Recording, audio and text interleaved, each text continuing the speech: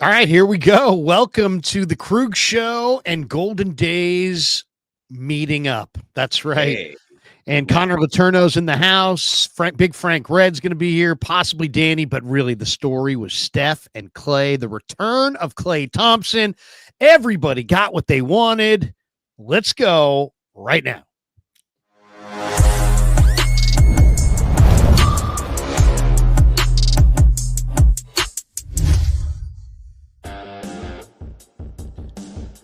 All right, welcome to the show. After Warrior Basketball, we come at you. It's November 12th, but almost 10 o'clock on the West Coast, almost 1 a.m. on the East Coast. Welcome to the Krueg Show meets Golden Days. As I'm here with Cy, and of course, we have our guest, Connor Letourneau. Frank Red may join us. Danny may join us. Warriors get a big win tonight over the Dallas Mavericks. And of course, we're brought to you by Pig and a Pickle, the best barbecue in all of Northern California. Check them out. They're in Emeryville. They're in Corte Madera. They're open 7 days a week, from 11 a.m. till 8 p.m. or until they run out. And they do run out. So get there early, get some brisket chili. Go say hi to Damon and Mary. Tell them the Krueg sent you. And also shout out to our brand new sponsor, Mancini's Sleep World, a proud sponsor of the Krueg Show now as well. They offer 120-night guarantee, a range of brands and price points. I'm loving my Mancini's bed. With Mancini's, you get free next-day delivery. So click the link below. Go to sleepworld.com. Find a bed that works for you, whether shopping online or visiting in store. Use the code Krueg10, and you'll get 10% off. We'll repeat it again later.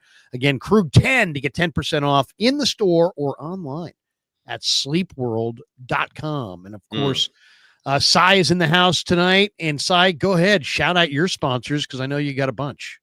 Well, I don't have a bunch yet. That's very kind of you to say. Hopefully that'll be reality soon. But for now, I got one, and that one is awesome, and it's Bet Online, the world's most trusted betting platform and your number one source for online betting. And a friendly reminder that the bookies know exactly what they're doing. The line for tonight's game, -3. And, of course, the Warriors win by 3. They know what the hell they're doing. From the earliest odds to in-game live betting, Bet Online provides you with all the action and the ability to watch the games as they happen with the largest selection of odds on everything from football, NBA, college basketball, NHL, UFC, MMA, and much more. Head to BetOnline today to get in on the action with America's most trusted site for online wagering. BetOnline, the game starts here. And great to see all of you. What a game. What a night. What a game. 120-117. Golden State gets the win. Curry goes for 37, 6, and 9. He scored the Warriors' final 12 points. He took the thing over. He basically just said, hey, you know what? I know it's Klay Thompson night, but this is my house, and I'm on the better team, and we're at home, and we're feeling good. And he went off and took this thing over. But it was an incredible performance for Golden State. They were plus 10 on the offensive glass. They were plus 9 at the three-point line. 13 steals, 7 blocks. They were plus 10 on the break. Klay got his 22, and it was a lot of great vibes and a lot of great moments. But the Warriors and Steph owned it at the end, and they get the win and roll on. Give us your thoughts. Why don't we start right there? Cy, what'd you think? There's a lot to break down in this game. The third quarter to me was awesome because we saw them go on this big run. They took the lead. They lost that lead for a brief moment in the fourth. Again, there's a lot to break down in terms of what I'm guessing all of us didn't like. There were things certainly I didn't like. I thought this was a game where the starters stepped up, the bench rarely, which, I mean, the strength in numbers adage has been ringing true all season. The depth of this team has usually been the one saving the day, but you tonight it was the opposite for the most part. Jonathan Kuminga being a clear exception, Buddy Hield having moments as an exception, although his net rating was -21. But the starters were the ones who saved the day in this game tonight. That was my immediate takeaway. Besides the obvious, which is that Stephen Curry is still at the apex of his powers. Draymond Green, that block in the fourth quarter. That was savage. Savage dude, block. I mean, yes, that was savage. It was. And so, again, a lot to break down, but I feel great that they came away with a win. I mean, I wasn't sure that was going to happen. I wasn't feeling great for most of this game. The Warriors continue to struggle at home, which is a really weird thing. I know they won the game, but this should have been much bigger than it was. So those are my immediate takeaways, besides the fact that Connor Letourneau, who does not do media often, man. We are graced by the presence of, 6 years? You were the beat reporter? covering the I Warriors? was, yeah, Like on a first name basis. 2016 to 2021. I'm a retired sports writer. I'm actually like a news enterprise writer now, so I do like bigger things on the Metro desk for the San Francisco Chronicle, but I still follow things. I do the occasional kind of sports adjacent story. But I still, Cyrus and I are still buddies. We text a lot about the Warriors, and so I figured I'd hop on. Would you prefer to talk about needles and feces and the economic impact on the city? Because we can do that. I mean, I'm good on that. I think about that all day, every day nowadays. So this is like a nice break for me. Welcome back to the toy department of life, sports.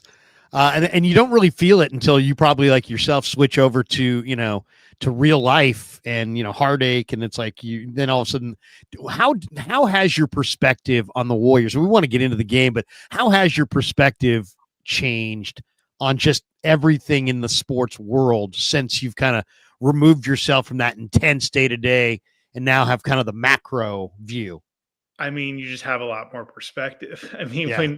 when you're the Warriors writer, it has to be all consuming. It was my entire life for 6 years. It's what I did all day, every day. It's what I thought about all day, every day. It felt like, the most important thing in the world. And then, now taking a step back, you definitely see it for what it is, which is entertainment. It's still important. It's still, a lot of people care deeply about it, but you definitely see more where it fits into the the landscape of our society, which I think is healthy. I'm starting to appreciate sports more as a real spectator and as a fan rather than, a profession, which is kind of nice, honestly. Too much perspective will kill the show, though. No. The guy had too much perspective. He was a little too balanced. He didn't fit in. No, I mean, that's the thing is, like, I was actually telling a friend of mine recently, like, moving to the news side, you realize you really have to have both sides and everything. And in sports, you didn't. Mm-hmm. Well, and Larry have both sides all the time. Well, Larry, you bring up the toy department reference in terms of sports being the toy department. Like that analogy is applied in the newsrooms as well. Like traditional news reporters, and there's like academic articles where that phrase is included, where traditional news reporters, they do look at sports and like almost like in a condescending manner, and they do call it the sports department of the newsroom for that reason, man. Sports that is used to drive entertainment. me. That used to drive me crazy because when I was a sports writer, I wrote some pretty intense stuff. Like over the years, I got into some pretty high level sensitive topics. Like it's not all a toy department, but I do understand where that reputation comes from. But I just, having been on both sides now, I can say there are aspects about being a sports writer that are really hard, like maybe even harder than some aspects of news in terms of the deadline writing, the grind. So, I think that if I really dealt with real life all the time, and then I went back into the sports realm, the players might seem a little like prima donna-ish when you think about really what they make, what their life is actually like day to day.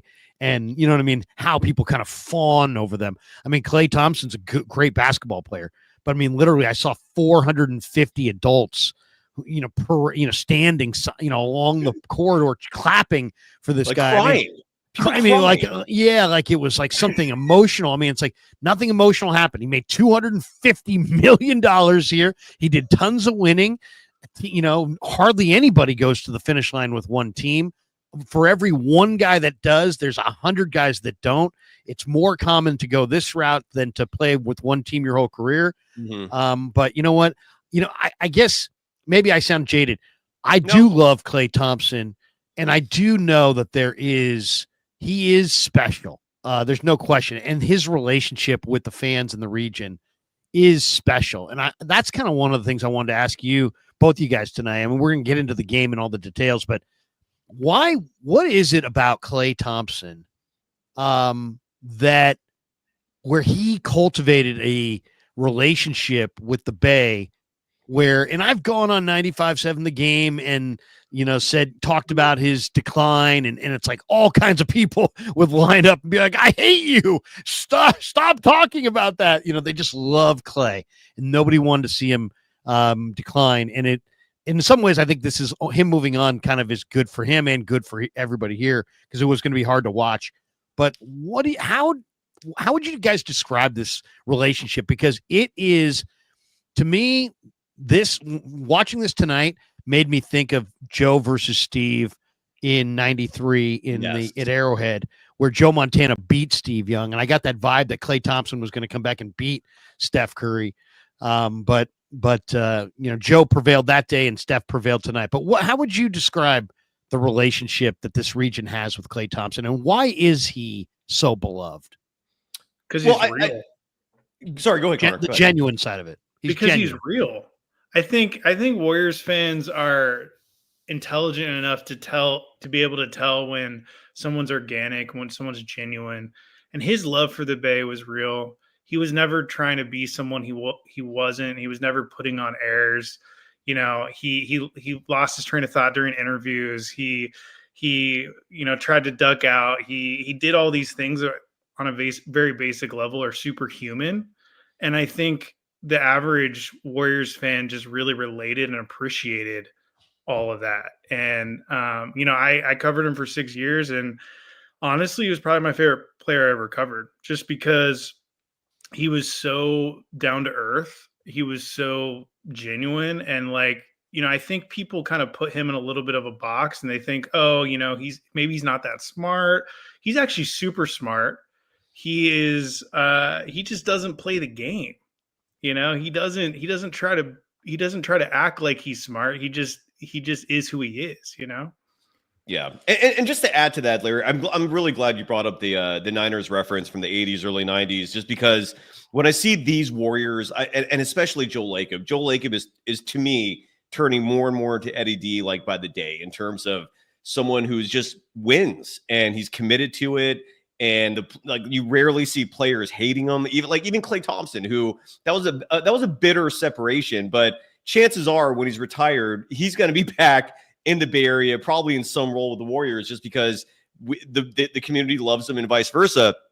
But going back to those Niners teams, the Niners won 4 Super Bowls in the 80s, and you had guys like Keena Turner, you have guys like Keith Fanhorst, you have guys like Eric Wright, who are not Hall of Famers. And Klay will be a Hall of Famer. But the point is, when you win that much and you're bringing that much happiness and joy to that many people for a sustained time period, and Klay Thompson was a pivotal player for all those titles. And then there's all the individual moments, right? The 37-point quarter, the 60 points on 11 dribbles, the Game 6 Klay, and then his demeanor off the court, like what Connor said, where he keeps it really real. He never denied, he loves playing video games. He loves to chill with his dog, and he loves to play basketball. And then later on in his career, we added the boat, and he became Captain Klay. The point is, Connor said, don't forget the CC times. All right, let's not leave out the CC times. This was a man who had the CC times delivered to his home. And that. Don't forget that. And the Chronicle. About, sure. What does that mean? And didn't he do the commercial? I thought he did the commercial for the CC Times. I just remember seeing it on Bar. The Mercury News. Is that what it was? I thought was funny because I always saw him reading the Chronicle. At the CC Times, does the CC Times even exist? It was the Mercury News that I think he had to deal with for that year, which was funny because he always read the Chronicle. He was very the thing about Klay is he's so relatable. There was a Ray Ritter called me one time, this is years ago, and he said, "Hey, we're doing a special basketball camp for our season ticket holders, in the practice facility, and then we're gonna have a catered dinner afterwards on the rooftop." And I'm like, "Whoa!" And he's like, "Hey, I know you got 2 young guys. Would you like to bring your kids to the basketball camp?" And I'm like, "Oh, you kidding me? Sure, that'd be awesome. That'd be fantastic." So I brought my two guys to the basketball camp, my 2 older boys, and it was Klay and Steph putting on the camp. And these guys were just playing around with the kids. Klay Thompson is a jumbo kid. That's all he really is. He's just a kid. He loves kids. He loves, he was so incredible around the kids. teaching them things, but also just being kind of cool and just making the kids feel good and have a good time. And you could just see right there, what the guy was about. And he just, to me, it's just like, I think he's allowed himself to he's let the Bay Area in. He's given us little details about himself, whether it be his, trips around the world and, for Anta or, all the different, things he does on his boat and this and that.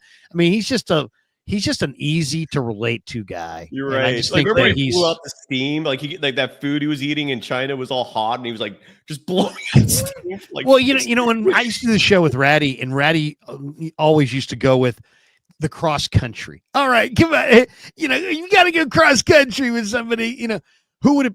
Klay Thompson would be the guy that I think most Bay Area sports fans would say that they would want to have in the cross country drive. He just seems like he would be a really cool guy.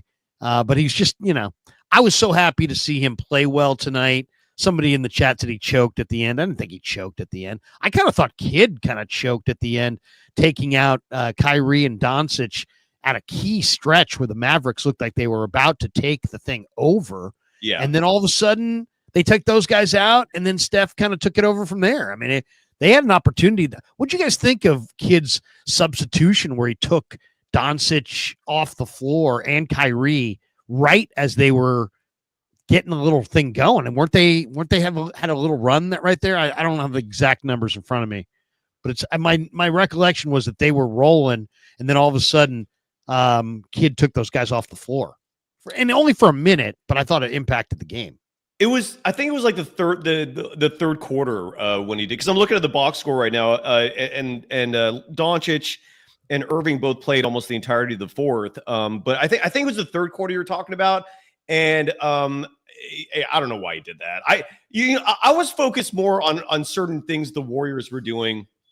I don't mean to change the subject. I mean, no, it wasn't in the third quarter. It was with like 4:50 left in the fourth. They came off for a minute.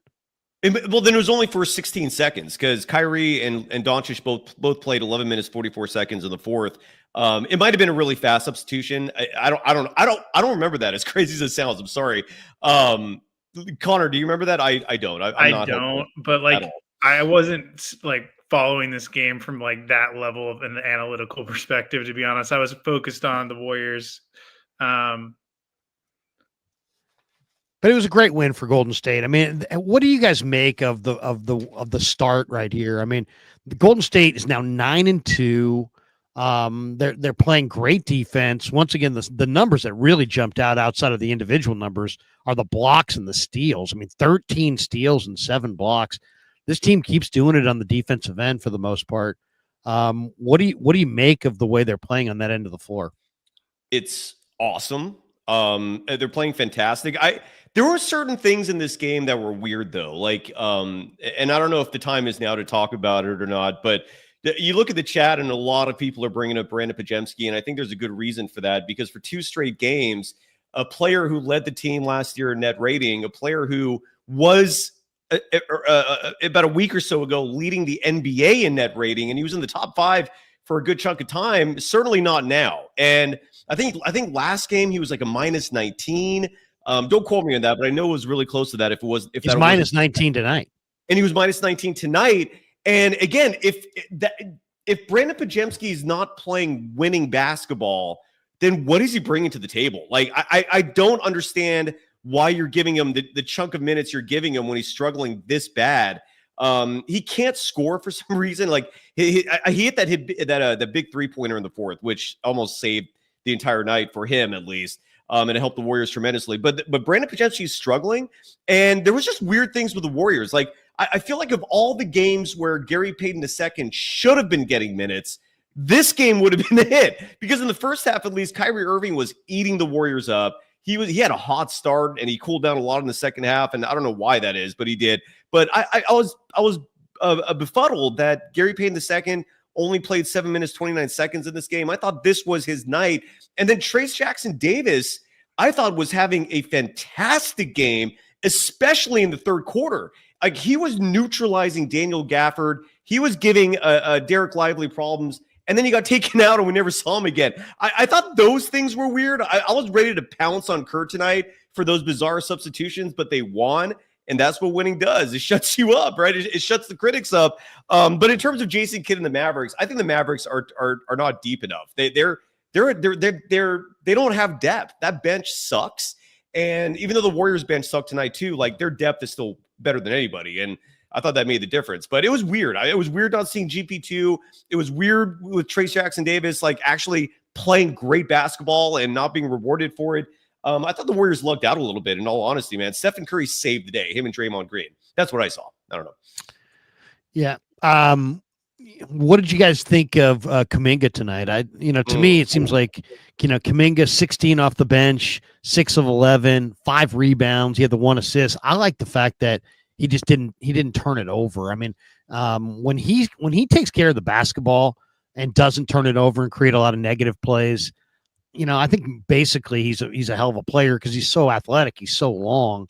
He had a steal. He had an assist, but 16 and 5 in 28 minutes. What do you guys think?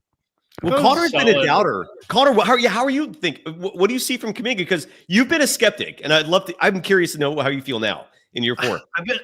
It doesn't help that he hasn't had the same role for longer than a week at a time. I think this is a guy. My thing on Kuminga has always been very simple. He's a guy who can be a great NBA player if he's put in a featured role.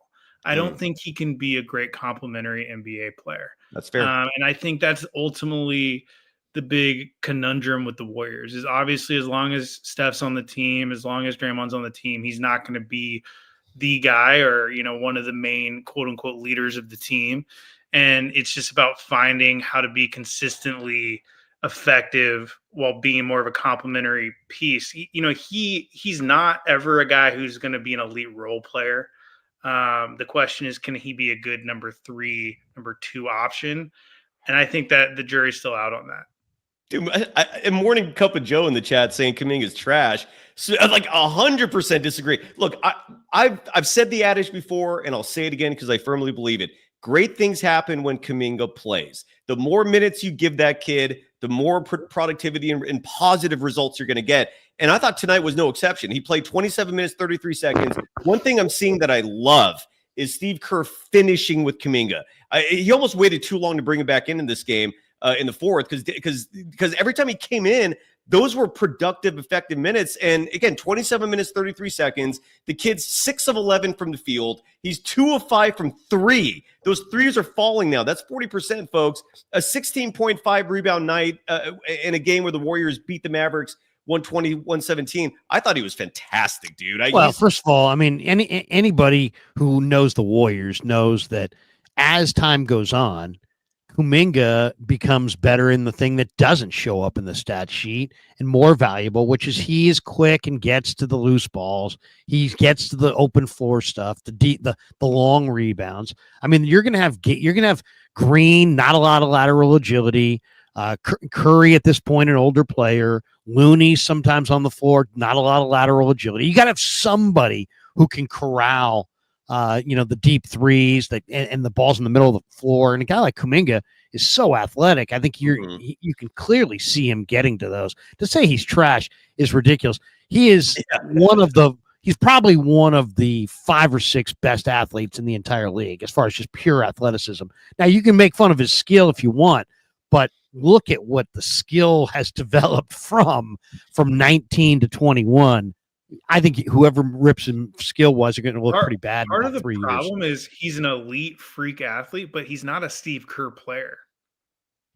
Yeah, Kerr clearly gets frustrated with him and doesn't know how to use him. He doesn't fit the archetype of a Steve Kerr player, especially for a young guy. And I think that's been part of the ongoing. What is that? What is that? If you could describe that. He makes silly mistakes. He's not the highest quote unquote IQ player. He relies on his athleticism a little bit too much. He can get bored out there. And then he is not shy about the fact that he, has an ego. He thinks highly of himself. He came in his first couple of years saying, I need to play more.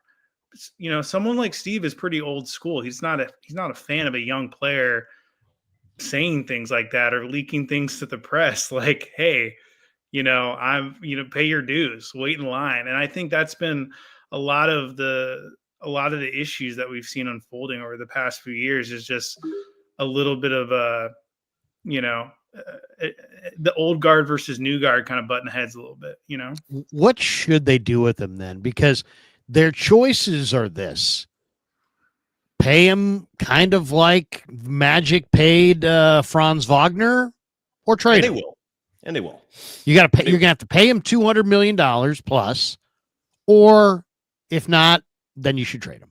Well, they were going to pay him they were going to pay him $120 million, and he wanted $140 million. That's what it came down to. It was at least over 4 years. So the difference was $30 million a year versus $35 million a year.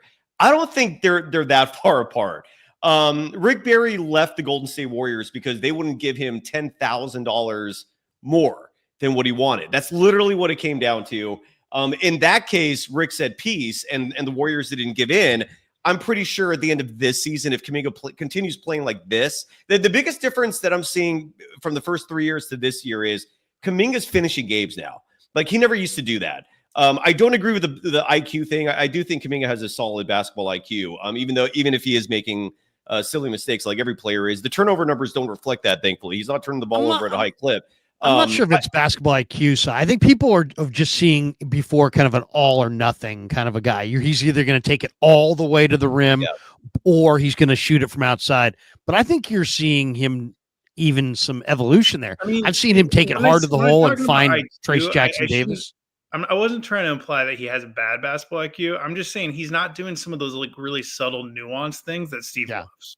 Yeah. Like the dribble handoffs in transition, like things like that, That's fair. But this year I'm noticing that he is doing that. Like for example, I try to shut people down who accuse Kuminga of being an ISO player. Like, even if she had elements of that in his game in the first couple of years, like especially this year, he's almost looking to pass too much.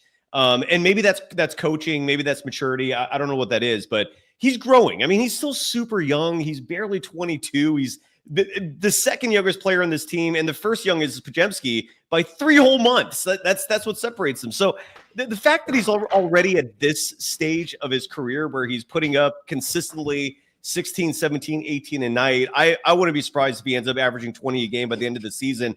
I think the progression's fine, man. Look, if Giannis Antetokounmpo becomes available, you trade Kuminga. But we've talked about this before. If it's Jimmy Butler or that caliber player, even if it's Cam Johnson, you don't trade Kuminga for that. Like, you hold on to him. He was a huge reason they won this game tonight. I agree with what Cyrus just said. And they also have to keep in mind, they don't want to fall off a cliff when Steph retires. You know, like they want to still be a good team when Steph retires. And so you got to think about that. If you trade him for an aging vet, and you guys you're probably going to be completely irrelevant when Steph retires.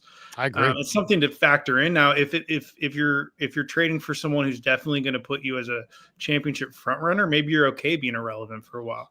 But it's going to take that to be okay with being irrelevant. I think you're spot on that one. You know, it's funny too. I said it to was it Brendan? Who's the guy who's like the CEO guy? Brandon Schneider.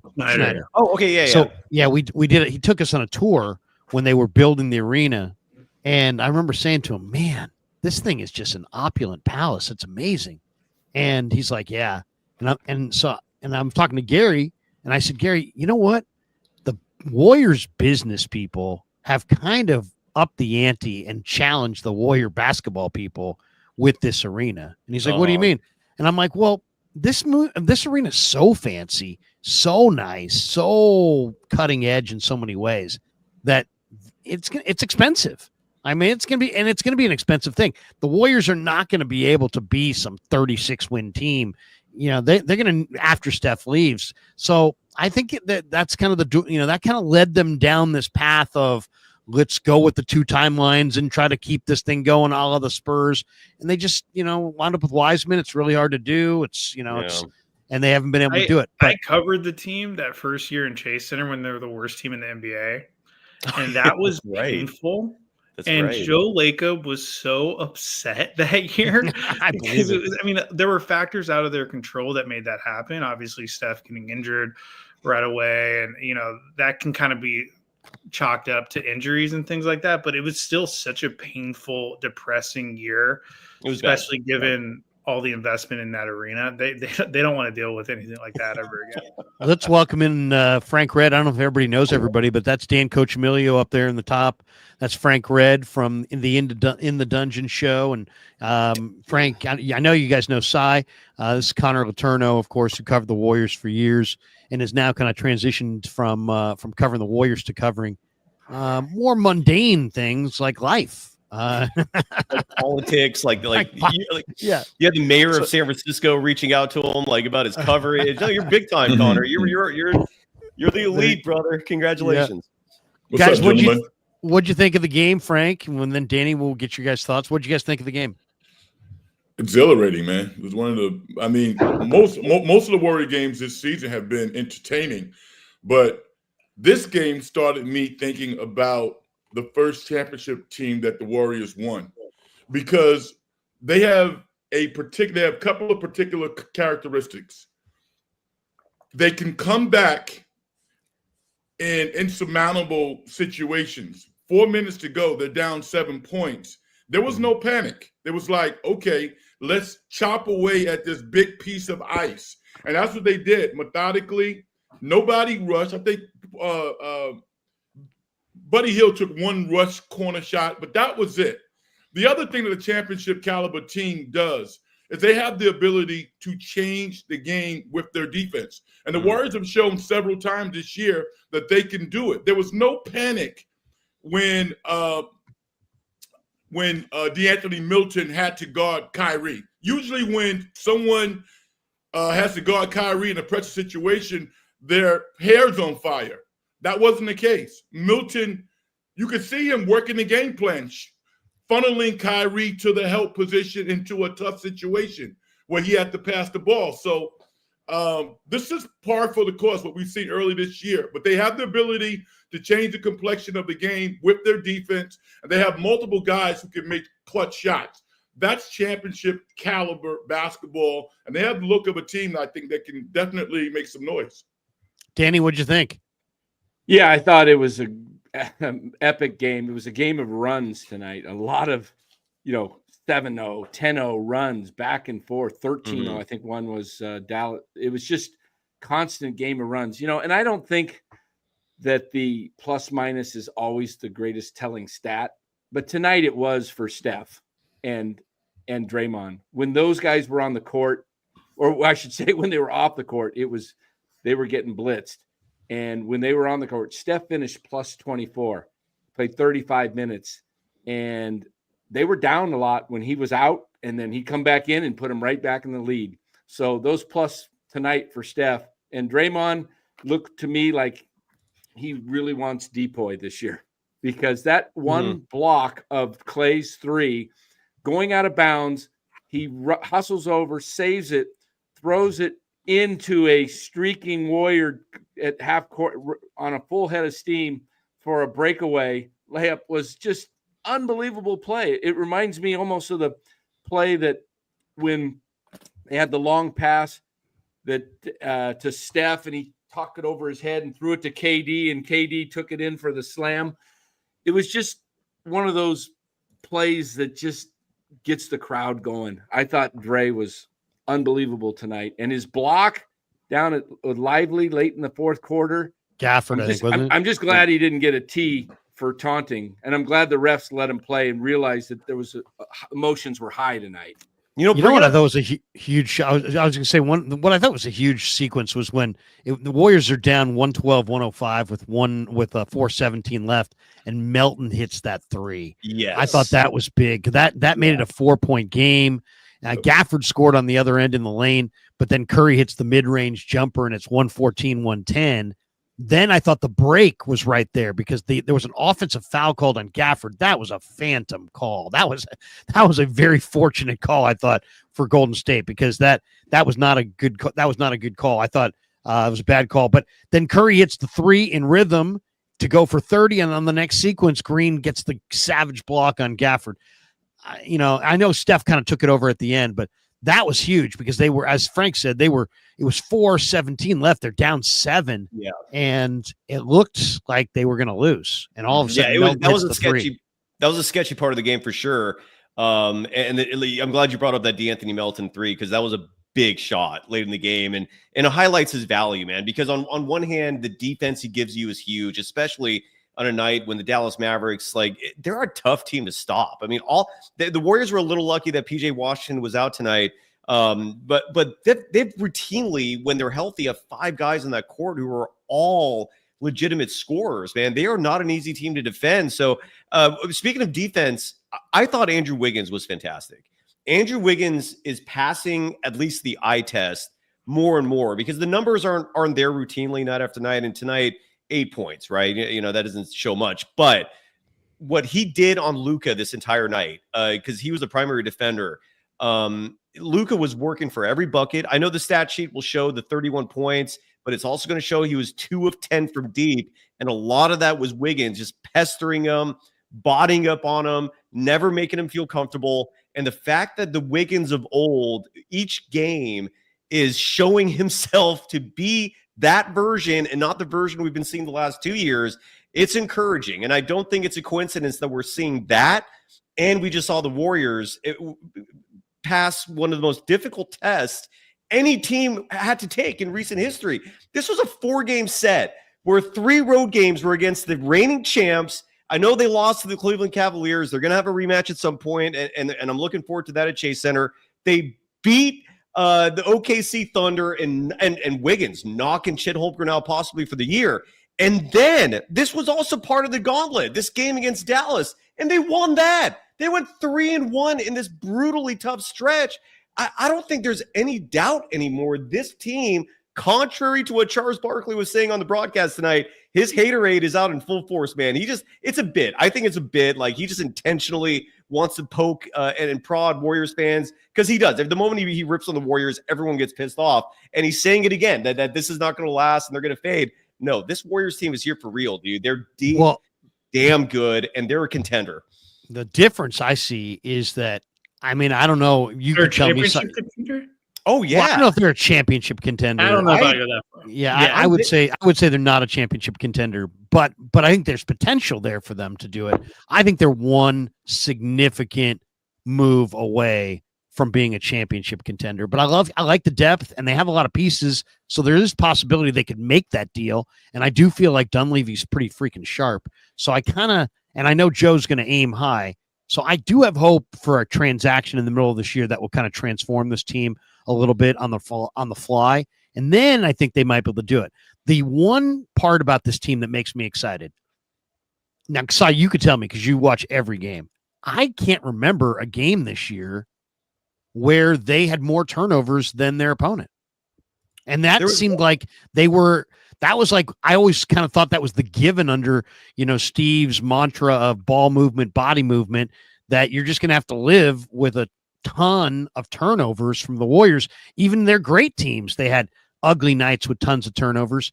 They've really taken care of the basketball, and other teams are turning it over against them.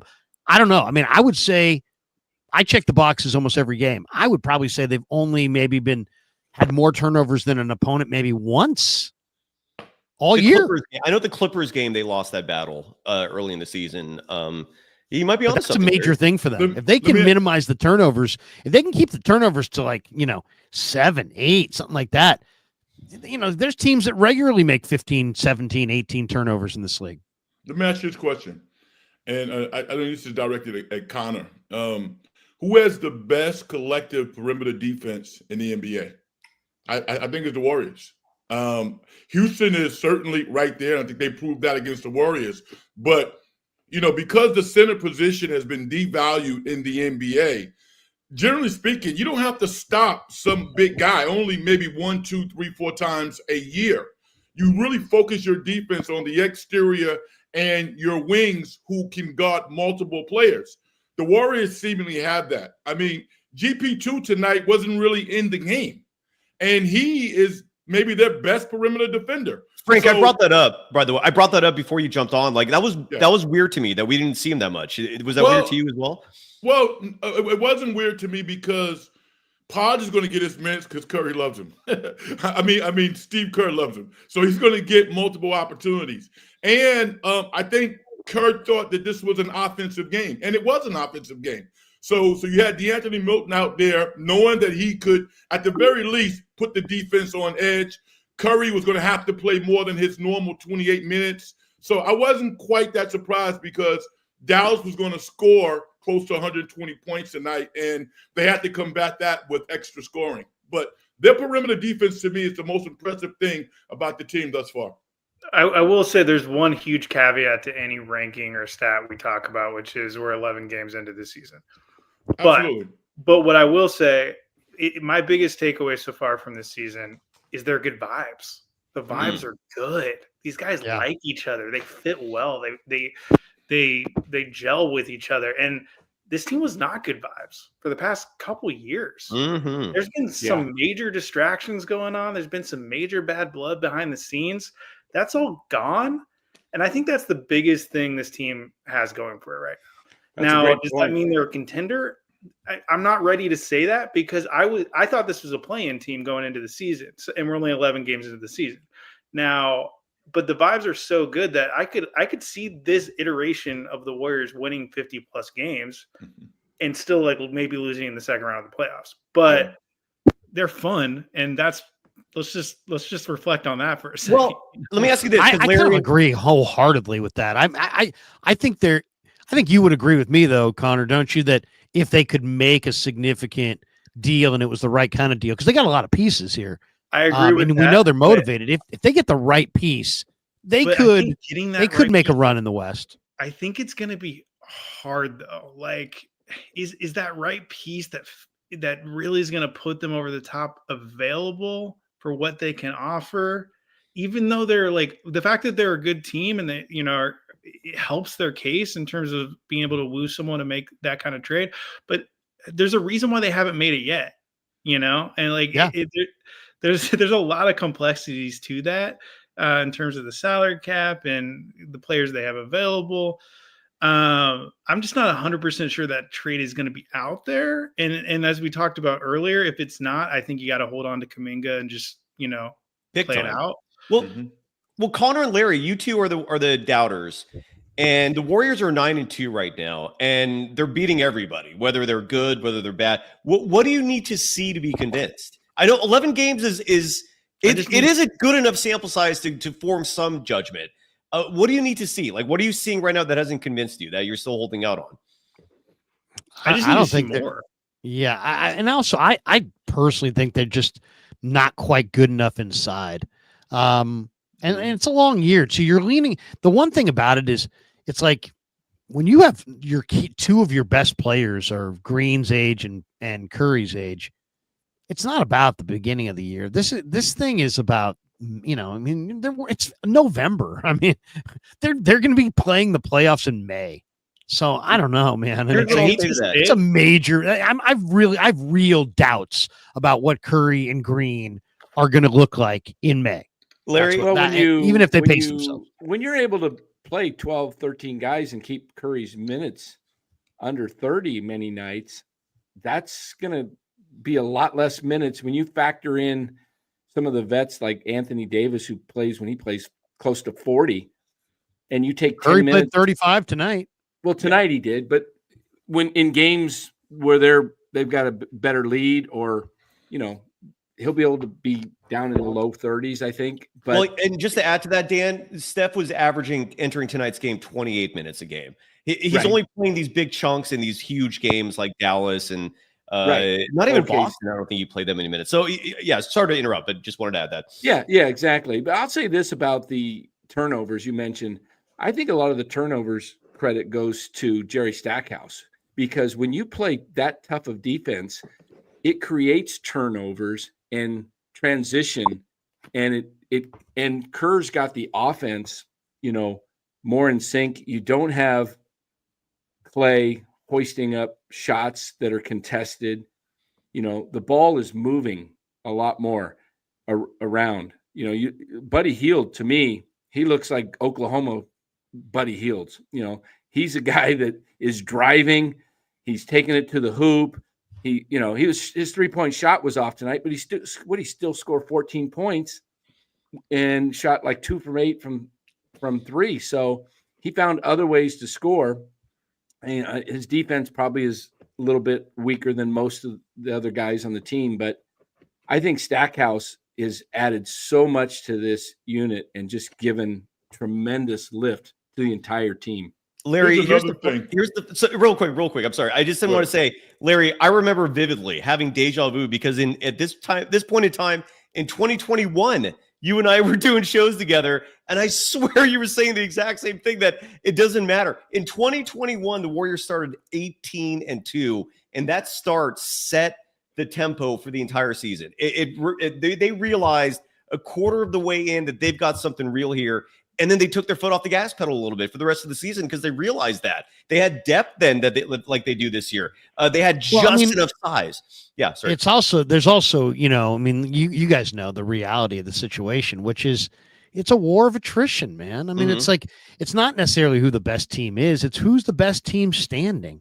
And we just saw Chet Holmgren have a very, very serious injury. So that's it. I mean, you're going to have major injuries. Also, the one thing that happens a lot in the NBA, it seems like it's like teams grow together and teams grow apart.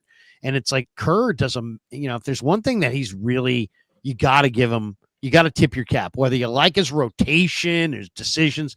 He does typically bring the group from point A to point B without the whole thing fracturing. Typically, obviously, there have been years, and Connor just kind of referenced that they haven't had good chemistry in the last couple of years, especially behind the scenes. Talking to some people around there, it was kind of brutal in a lot of ways. So it kind of bled through to the court. But I think generally Kerr's strength is that he gets the whole group, not just the starters, the entire group from A to B, and they stay together. I thought the year they won the championship, there were some more talented teams, but their team stayed together, got better. Wiggins got in a rebounding, thing and took off.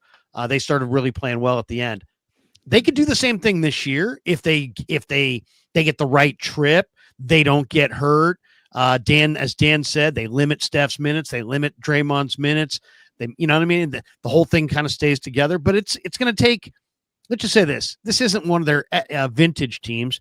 It's going to take a masterful Steve Kerr jockey ride to get this thing through. And then they're going to need some luck. Some contender or some couple of contenders is going to have to, some of the teams that have young talent with size that can score. Some of those teams, OKC, some of those teams are going to have to run into some adversity that is unforeseen. If that happens, Golden State could contend. I think the biggest reason I'm skeptical still, or at least a little bit skeptical still, is who's the third best player on this team? Well, who's the second? Let's say Draymond Green. Okay. Kuminga. I think it's Wiggins. Or Wiggins. Buddy Hield.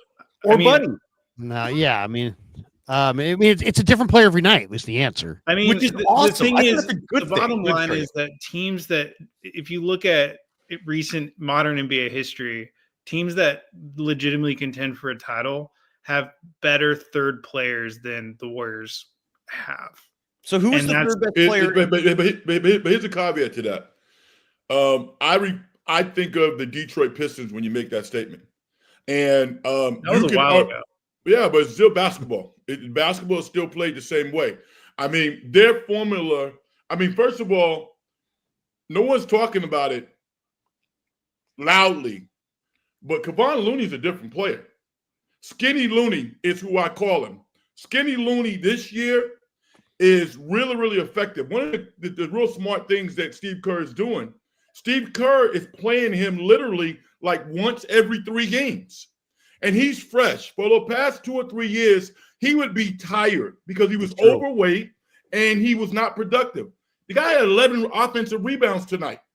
He is a tough interior defender. The reason why he plays over Trayce Jackson-Davis is because Trayce Jackson-Davis is a soft interior defender. And as he grows defensively, he can block shots, but he's not physical. Draymond Green is a physical interior defender. They have 18 fouls at the center position. When you got 18 fouls, nobody should give you the business on the interior. Their asses should be on the free throw line.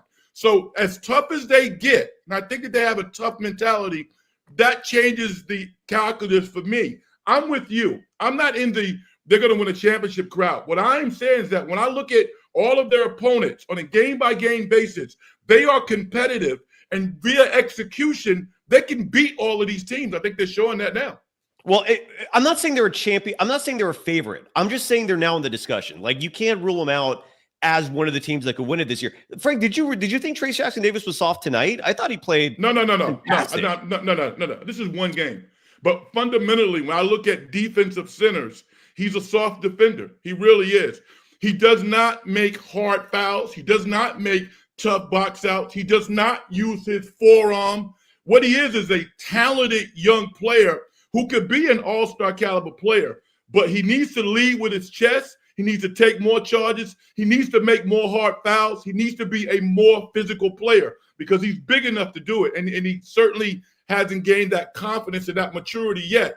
Looney is a tough player. But did you just say that TJD could be an all-star caliber player? Absolutely. In his role, absolutely.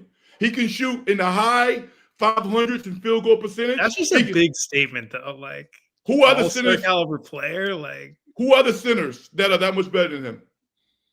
I mean, and that's a huge bonus for the Warriors this year, Frank.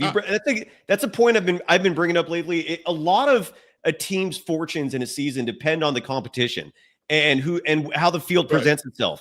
This year, like a year ago, we were talking about the resurgence of the center and of the bigs, and now we're back to the bigs are not as relevant. Every year it's different when it comes to that conversation, and this year the bigs are not the headline. Like you're right. Like Jokic is putting up huge numbers, but he's on a team that's very thin.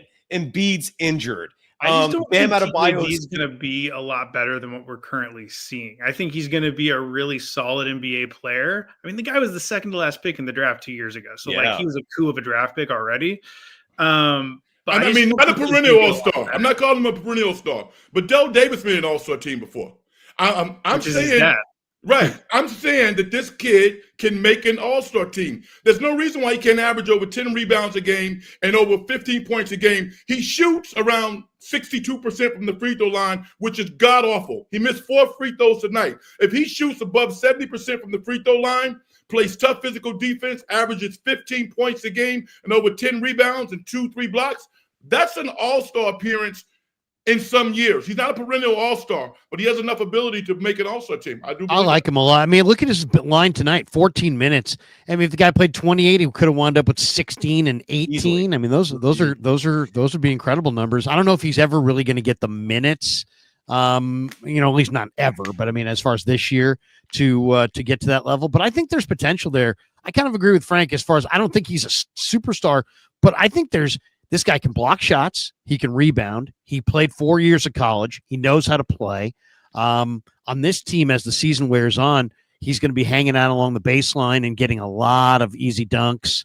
I think you're going to see. I mean, he knows how to play the game. I mean, the fact right there means that he's going to get some minutes. Conversation of like how lean is the balloting for All-Star at center, but he's a legitimate starting center. Like we can all. Oh, he's a great story, as you said, Connor. He's a great story. Any way we cut it, because he was the 57th pick overall, which is amazing. Really, pick in the draft in recent years, that pick has done nothing. Right, like literally doesn't make the NBA team 95% of the time. The fact that he is starting NBA games in his second year as a 57th pick, like that to me is one of the most impressive things Mike Dunleavy's done, because Mike Dunleavy recognized right away this guy was a legitimate NBA player, gave him a guaranteed deal right away. Mm-hmm. No one does that to 57th picks. Like, that's part of the reason why he fell. That made me think like Mike Dunleavy really knows what he's doing. But that's also part of the reason why he fell that far. I don't think he fell that far because people didn't realize how good he could be. He fell that far because most NBA front offices are idiots, and when it comes to the draft, They like players with potential and upside over proven talent who have lower ceilings, which is what Trace Jackson Davis was as a 4-year player. But his agent sent the message to every team and made it very clear that if you're going to draft him in the second round, he will not play for you without a guaranteed deal. And that's why Mike Dunleavy Jr. got him at that. He should have been a first-round pick. He should have been a mid to late first-round pick. Absolutely. Yeah. One thing I'll say about this, who's the third best player and looking for a type of trade. If you're going to get a superstar like a Giannis or whoever that might be, Embiid, whatever, it's going to have to be Wiggins in the deal because of the salary. And I'm not so sure getting rid of Wiggins is a right move because he's playing like 22 Wiggins and he's instrumental on defense. Who's going to guard that tough wing? I mean, Wiggins is really a lockdown defender when he's locked on. Well, and just to add to that, Dan, like let's say for the sake of argument, the Warriors are 9-2 right now. They're atop the Western Conference. Look at their schedule coming up, right? I just decided to take a look ahead. They play the Grizzlies on Friday. They play the Clippers on Monday in LA, and I'm sure they're going to want to have revenge there. But then look at these. Then the next 4 games after that: Atlanta, New Orleans, the Spurs, who might be a little challenging, but they should take care of business. Brooklyn, and then it gets kind of tough again. But the point is, what I'm curious to know what you all think. They're 9-2 now. What if they're like 25-5, right, at the 30-game mark of the season? Are you really thinking about a trade at that point? I mean, you kind of got to roll with what you have if it's working, right? Or do you trade regardless? Well, I mean, it depends. I mean, like they didn't want to trade Podziemski in the Markkanen deal. If you could revisit that, I might want to revisit that. I would have done that in a heartbeat back in the summer. I don't know. Yeah, but we don't know what all the other pieces were involved. But Podziemski was supposedly the guy that Ainge had to have in the deal, and the Warriors were like, no, he's a future All-Star. I don't think he's a future All-Star. I think he's a. I think he's got a good basketball sense about him. He's a really, really good rebounder for a guard. I mean, that's what he brings to the table. That is special. He rebounds, and everybody knows on every level of basketball, whether it be grammar school, high school, college, or pro basketball, if you rebound, you typically get minutes, and that's why I think he will continue to get minutes. But I think that if you could make a deal, he's an attractive piece for a lot of teams, especially if you're rebuilding. I'm sure Moody would be as well. Kuminga would be as well. They want to try to maximize Steph. I mean, that to me, it seems like I know it's weird. They're off to a hot start. Why would you talk about making trades? Because you don't win in the NBA typically in the playoffs with depth. You win with stars and you win with a shorter, better, rotation. And I don't know. To me, it seems like they could improve their 8-man and maybe usurp some of that depth along the way. But if it's for the right piece, I'd be willing to do it. Typically, you're right, Larry. Sorry. No, I was going to say typically you're right, Larry. But this Warriors team has relied on their depth for postseason runs as well, and this is why to me they look like stars. What's up? They've had stars and depth. You know what I mean? They've had stars and depth. Stars and depth this year too. I mean, they've got the mix. But I mean, in 2022 they were going 9-10 deep in the playoffs. I mean, GP2 was like the 11th, 12th guy off the bench on that team, and he was getting some legit minutes in the NBA Finals. And Juan Toscano Anderson, people easily forget that guy. He was like the 13th guy off the bench. He was playing in the postseason that year. And you look back to 15, like Leandro Barbosa was like the 9th or 10th guy off the bench, and he was playing. This team reminds me a lot of that 15 version where even though D'Anthony Melton's a starter, I see a lot of parallels, man. I'm feeling good about this team. That's all I could say is I like what I see. Yeah, and I was just going to say to Larry's point, like one of the things that used to frustrate me a lot when I covered the Warriors, but I just felt like they had a bad habit of overvaluing some of their guys. It's like they didn't step back and like really look at the big picture. Like they got a little bit too eye of the beholdery with some of these young guys, especially if they draft them a little later. Like, oh, we got Podziemski at 19 and he's a future All-Star. Okay, he's a good player at 19, guys. Mm-hmm. But he is not a future All-Star. Okay, let's just calm down a little bit. Like he is a good player. He is not someone that should hold up a major trade. He's a guy who might be sitting courtside at All-Star Weekend, but he's never going to be an All-Star. Hey, here's another thought I wanted to run by you guys. The Warriors, we talk about, them lacking the big guy in the middle. Where do you think they rank in the league in rebounds? Well, last year they were first. I don't know. Well, that's a weird stat in general. But yeah, it is. But they are getting tonight. They got 50. They're averaging 48.2 going into tonight. So they were second behind Houston. But it's about if you play a pace. It's a lot of these stats get dictated by the pace that you play, and they like to play a fast pace. Mm-hmm. Right. I'm just saying they tend to. And paint points. That's a good stat. They've been doing well in paint points. Yes, they this have. year.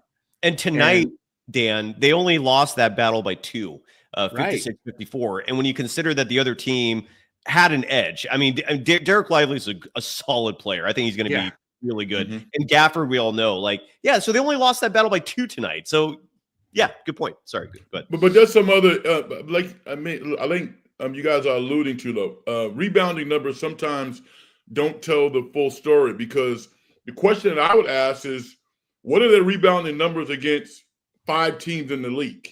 The best rebounding teams in the league, when they match up against them, what are their numbers? Because they play a myriad of teams that are not very good, so the stats can kind of get out of whack. But they actually, again, physicality, I think, helps rebounding. The Warriors are a pretty physical team collectively, particularly Looney and Draymond. They need Jackson Davis to be more physical. The other thing is, like the Houston Rockets, their perimeter defense is so good that the opposition doesn't have a lot of time to run their offense. So they take a lot of rush shots. When you take rush shots and you can box your man out, rebounds are easy to get. But when you have 2 or 3 times to shoot at the basket on the interior, then you get beat up. So as long as their perimeter defense stays solid and they play smart on the wings, the rebounding numbers don't really matter as much as they normally would. They were even on the defensive glass. Killed on the boards last year, and they got killed defensively a lot of the time last year. And now they're like a totally different team. And you ask yourself, are they just suddenly so much tougher? I honestly think it all goes back to the good vibes. Mm-hmm. It's not suddenly like they got tougher, it's like they coalesce much better. They read each other much better. They feel each other much better. There's not this negative energy dragging them down. Where was that coming from? Where was that coming from in your mind? Well, 2 Draymond years ago, there was Draymond punch. Yeah. So that was kind of a big deal. And then last year, the Klay stuff was hanging over them, and then Draymond was a huge distraction as well all year. That was ridiculous. So, what do you think of Stackhouse coming into the mix? Has he been? Danny kind of referenced it, and I've heard Kerr reference it a few times, and I've heard it mentioned a bunch of times. That Stackhouse is kind of a new level of holding people accountable, and they've kind of got a new world order behind the scenes. How much do you think? I mean, he's an assistant coach in the NBA. How much credit are we giving him? One of those guys who was born to be an NBA high-level NBA assistant. He was not born to run a program. He was not a very good coach at Vanderbilt. And I'm not going to hold that against him because college is so different and being a head coach is so different. I think his role for the Warriors is perfect. Mm-hmm. He was a really good assistant with Memphis earlier in his career. He demands a lot of respect in an NBA locker room, especially from both younger and older guys. And someone like Draymond Green is going to look at Jerry Stackhouse and actually listen to him. Mm-hmm. And that was something that really hurt the Warriors the past couple of years, is because the only assistant, I don't want to say the only assistant, but the only assistant that Draymond really listened to was Mike Brown. And then Mike Brown left. And then they had a hard time getting, corralling him when necessary, because we all know about his history with Steve and stuff. It's not the greatest relationship historically. They need an assistant who's going to hold him in line, and I think Jerry Stackhouse can be that guy. Yeah, how was Draymond with Ron Adams? I mean, they had a good relationship. You have to keep in mind that Ron Adams' role has changed. I'm talking about 6-7 years ago when. I mean, they have a good relationship, but Ron Adams is not as big of a voice as he was. I mean, his role has stepped back. He's older. He's kind of He's kind of his role has been pared down in recent years. I just meant because you said the only one he really listened to was Mike Brown. In terms of someone who's on the road with him every game. Okay. And stuff. So what would you guys say has been the difference this year? They're 9-2. They added, Melton. They added Buddy Hield. They added Lindy Waters. They added Slow-Mo, who didn't dress tonight. What was wrong with Slow-Mo tonight? Neck sprain. He had a neck sprain. Okay. So that's what they added. None of those they tried to make the big deal. They tried to get Paul George. They tried to get Markkanen. They danced that dance. They didn't get what has been in your mind.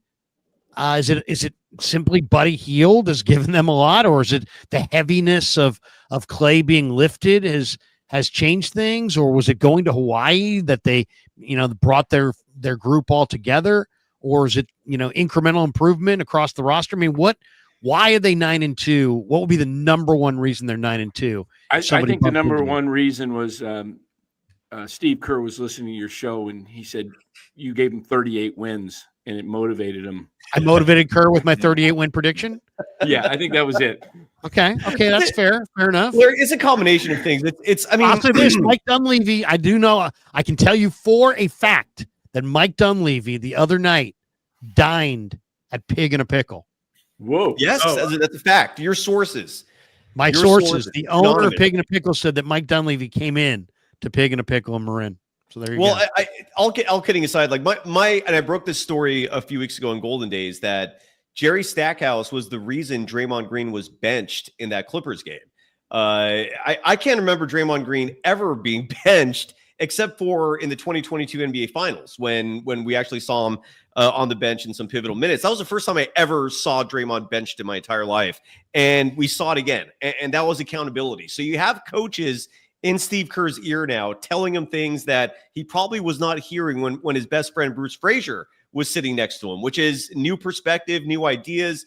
Mark Spears was on the program the other day, and he brought up a great point about Steve Kerr, which is that Kerr is following what Greg Popovich likes to do, which is have a constant change in assistant coaches. He likes to mix it up every few years, bring people in, bring people out, just to get constantly new ideas brought in. And that's what Steve Kerr has done here. And the fact that him and Terry Stotts did not have a relationship before he hired him was fascinating, and it impressed me because a lot of people don't do that. Most people like to bring yes men in. Most people don't like to have the conflict, have someone disagreeing. I totally give Kerr credit for that, man. Like, he's bringing people that he may not be comfortable with, he may not be familiar with, who are bringing all these new perspectives. Stackhouse is a badass, is what I'm hearing behind the scenes. Is that like I forgot who said it, but Draymond respects him, and I think Stackhouse is a Detroit guy too, right? I could be wrong on that, but from North Carolina. Oh, North Carolina. Yeah. Then disregard that. I think he played. But you know what, Cy? You're right about Draymond in Stackhouse. I heard Draymond talking about how Stackhouse is holding all the players accountable, and he's giving them grades on a chart, and the players are going to Stackhouse and saying, "Hey, I did better than that. Why did I get a C?" So guys are wanting that grade, and Draymond's into it too. So yeah. I mean, to your point, a lot of assistants could come in and do that, and NBA players would just roll their eyes and be like, "F this guy."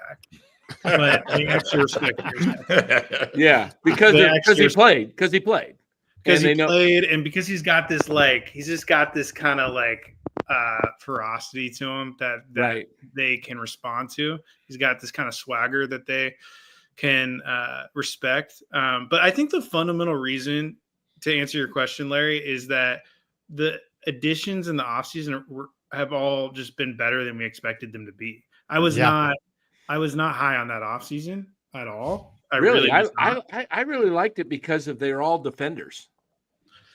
Buddy Hield. Yeah, but I just thought they overpaid. Well, Buddy Hield. Well, Buddy's a scorer, but Slow-Mo and Melton were lengthy defensive. Yeah, but Melton on the mid-level, I was like, really though? Yeah, like, you couldn't do better on the mid-level. I'm still not fully sold on that one either, just because I want to see him actually play. The durability thing worries me a little bit about Melton, but the back, and he's very similar to GP2 in a lot of ways, and I wasn't high on it, but they've all been better than expected, especially for me, at least, Buddy Hield.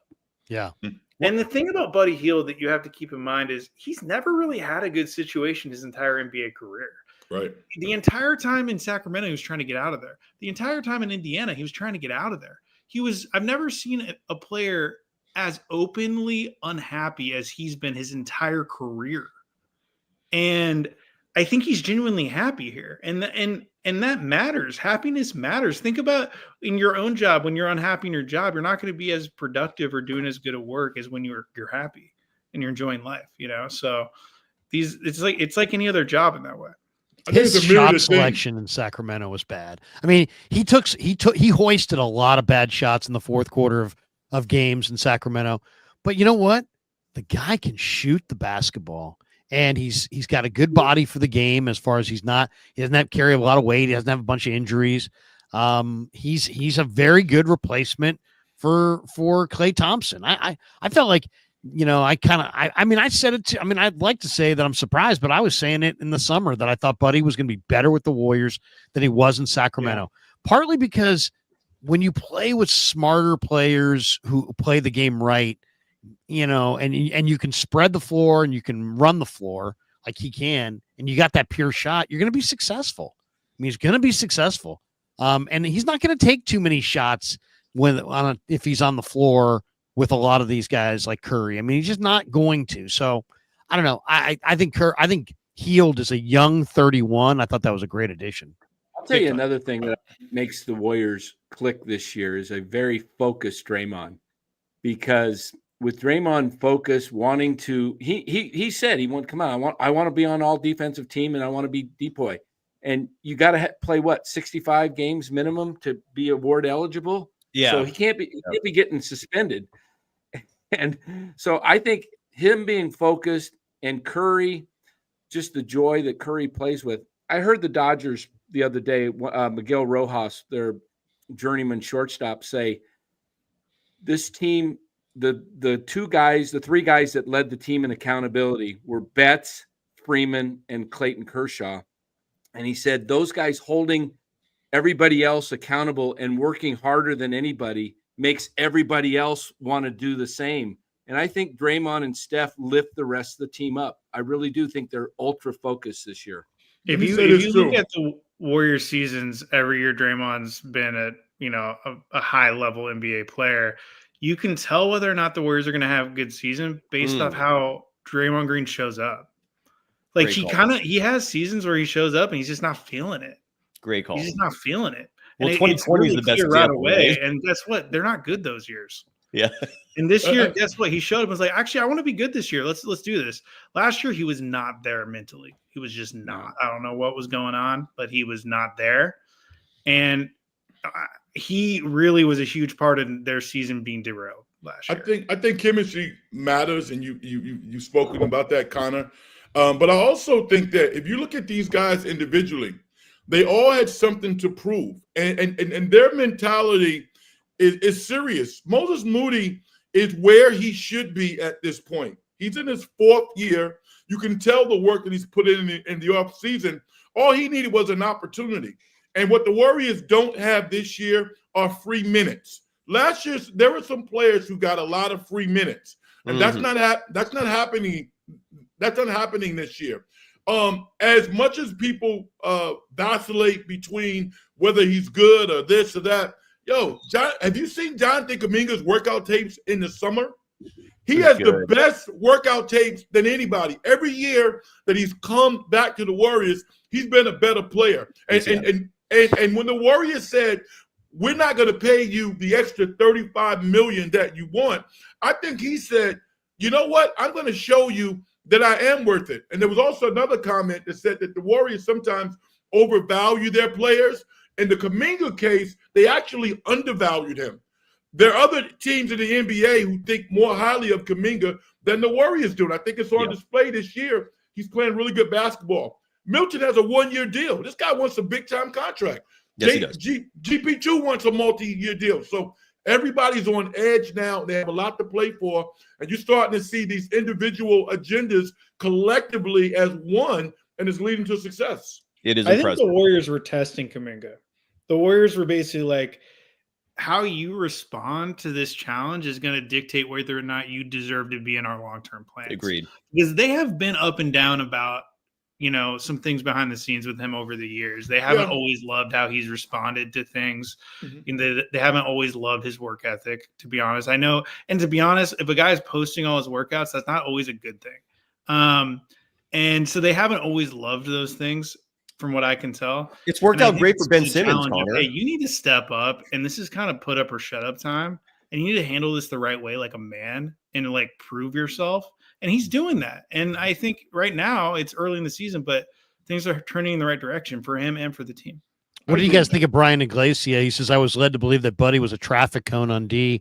He's been a pretty decent defender. What do you guys think of Buddy Hield's D so far? That just his defense this year is testament to, again, the Warriors playing a very team-oriented defense. And that's a huge reason why I advocate, if the Warriors are going to make a move, and at this point, I don't think they should, but like a player like Vucevic with the Bulls, why I think his defensive limitations would not be a big issue in a team like the Warriors that are so focused on playing on a string defensively, right? Like, you see these players have each other's backs on these switches, on the pick and rolls. They know exactly when to go where. It's the team concept that's thriving for Buddy. And just to follow up real fast on Frank talking about DeAnthony Melton, because I was curious about, let's say this season goes great. You don't want to lose him, right? And so they're paying him $12.9 million approximately this season. I think they can increase that to 15. I had Eric Pincus, a cap expert from Bleacher Report, on a few weeks back, and I asked him that exact question because I was curious. I'm like, are they going to lose this guy after 1 year? And the great news is that the way the landscape is shaped right now, in terms of other teams' salary cap situations, in terms of the fact that Melton probably will not command a $20 to $30 million type deal. So the Warriors feel comfortable, from what I've heard, that they're going to be able to keep him long-term beyond the season. It should be like around 15, 16 million a year that he'll get. Because I thought the same thing. I'm like, I don't want to lose this guy if he proves to be, everything that the Warriors are hoping. And so far he is. So anyways, that's his future.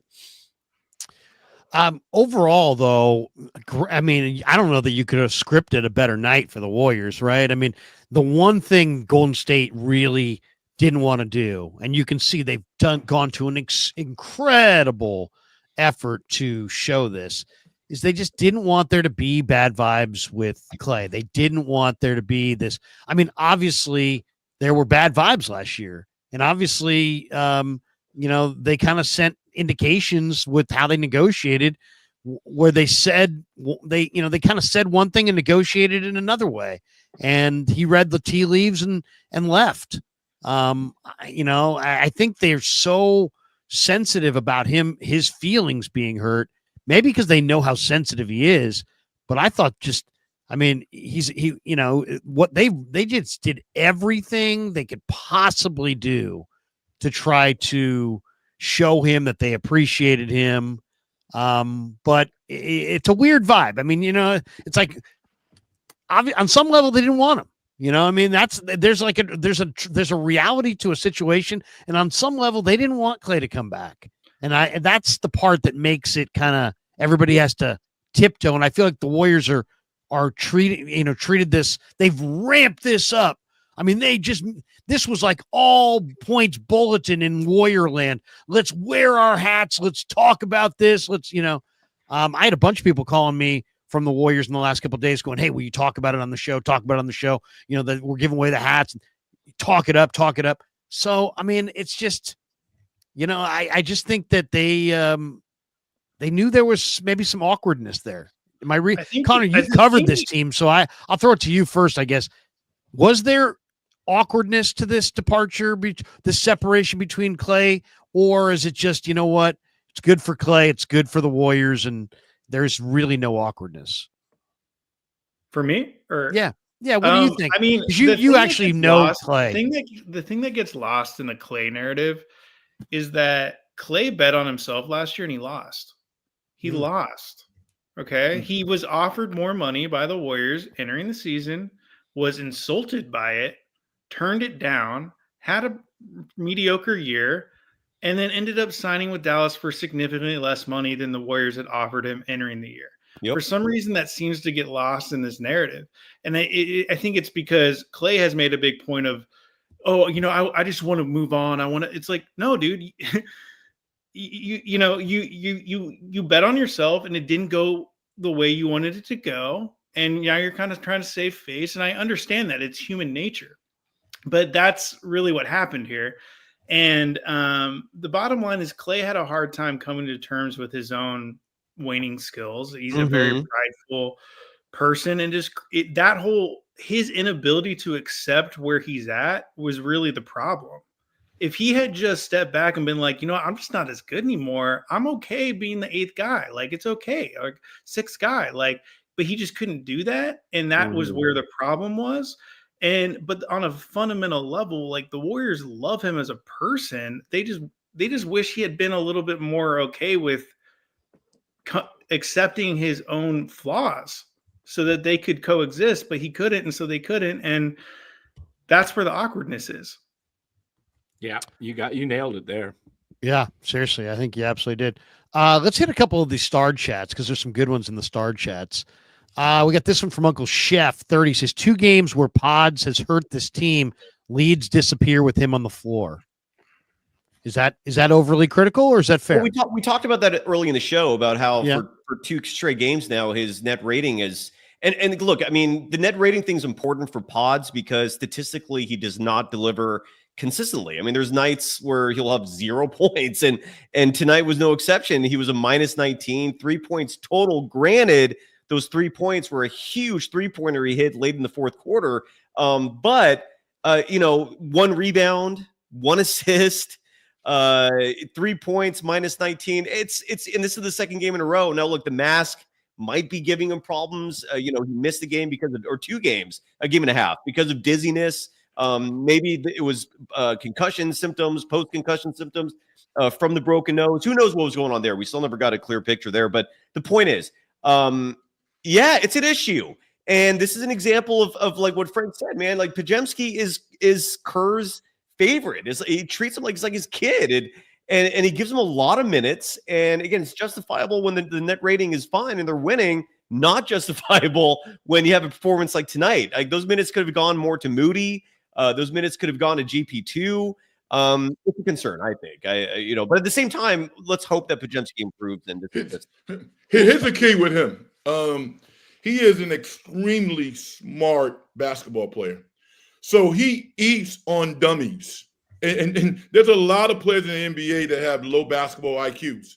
And he eats those guys up. But if you look at the Warriors' schedule, they played the best of the best over the past couple of weeks.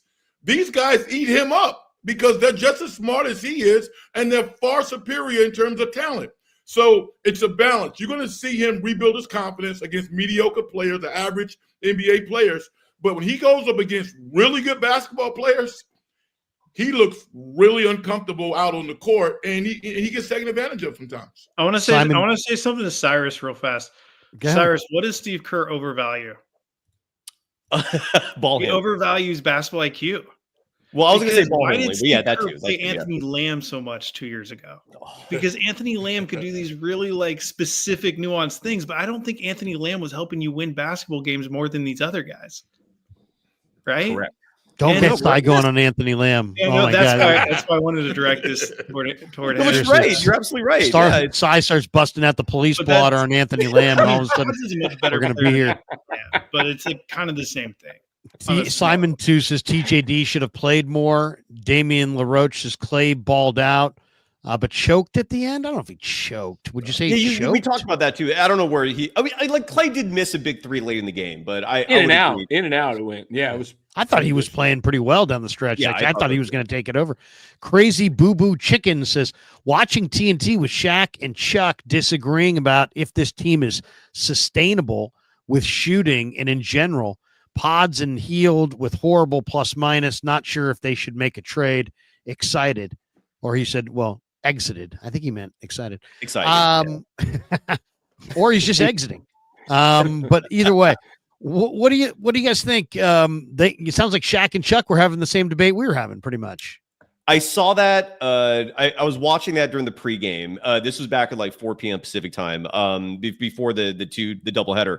And again, Chuck, he loves to hate the Warriors. And again, it seems like a bit with a hint of truth behind it, but he loves to poke the Dub Nation's buttons. And I don't think we'll ever hear Chuck just say, yeah, this Warriors team's good. I don't think we'll ever hear him say that. Whereas Shaquille O'Neal has a lot of respect for Stephen Curry, has a lot of respect for the Warriors dynasty. And they did have a disagreement tonight where Chuck, without going into detail, and I haven't seen the postgame show, obviously, because we've been on, but Chuck, without going into detail, said they're not going to sustain this. This is not going to last.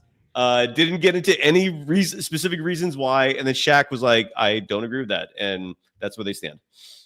That's crazy. We got this one from Harry Negron.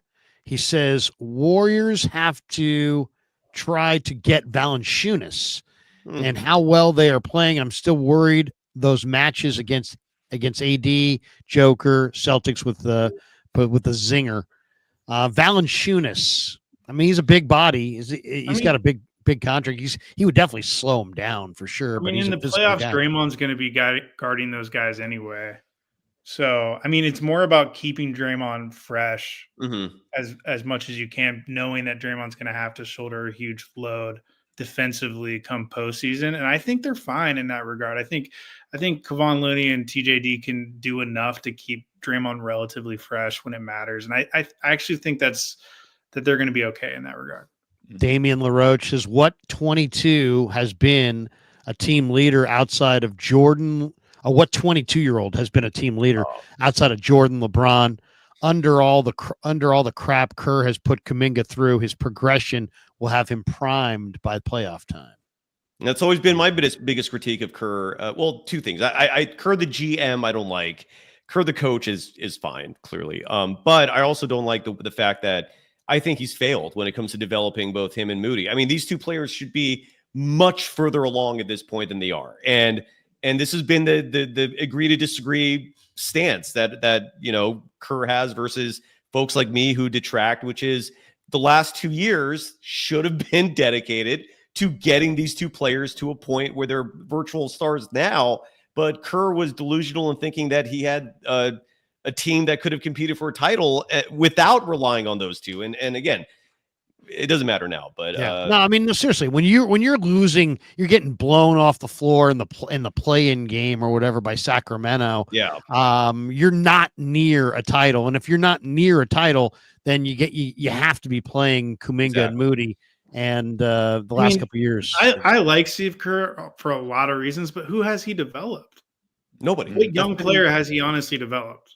None. I mean, and part of the reason he hasn't is because he's not consistent. With young guys need consistency. I mean, Jordan Poole before he left, right? I guess you could say. But even he regressed. He regressed. And then you could definitely put the onus on Kerr for the way he handled that punch. I mean, I don't think he handled that well. I mean, it resulted in a bad year. It resulted in Jordan Poole getting traded for nothing. And it is a blotch on Kerr's resume. That's where, to me, he does not stand up to Phil Jackson and Pat Riley and those all-time greats. But that's just Connor. Connor, you weren't the leak of the video, were you? No. Okay, just want to make sure. Danky still don't know who did it either. Still a mystery. It wasn't me. I wasn't there that day. Internally, but we don't know. Yeah, I would say Dan Coach Emilio, but we have security cameras around his complex in Mesa. They saw him coming and leaving earlier that day. Danky Kang says Warrior trade targets.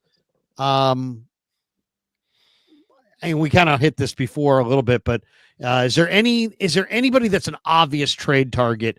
I don't want to. Here's where I'm going to explode. Is if they trade 21-year-old, 22-year-old Jonathan Kuminga, who albeit has some flaws, but you know what? He's 22. If they trade this guy for Jimmy Butler, I will lose it. Yeah, I will lose it. I would never gonna do that. No, I actually it depends on what the package is, but I'd be open to it. 35. Really? Jimmy Butler is a beast in the playoffs. Fair, but he's 35. Very mediocre. 36 this year. The finals. But Connor, he turns 36 this year. That's my biggest reservation. I would need a younger piece with him. That's all I'd say. I would make a deal like that if I could get another younger piece. I can't go 22 for 35. Not the year after you went, Poole for Paul. And then, I mean, it's just how to divest your, how to get rid of all your good young talent and not have nothing to show for it. I mean, that is driving your team. I mean, you got to, at a certain point, you got to ask yourself, are you okay just not being good after Steph retires if it means winning another title?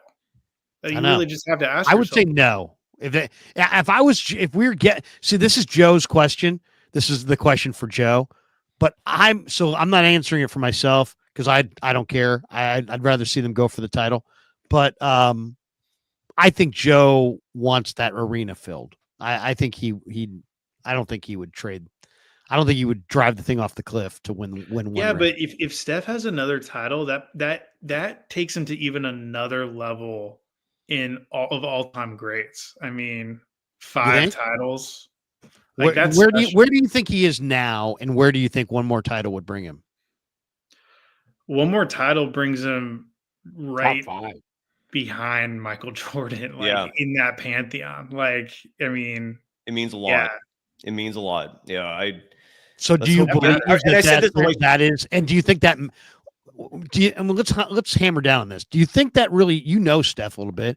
How much does that matter to him? He's got beautiful wife, beautiful family, all the money he could probably ever spend in this lifetime, all kinds of endorsements.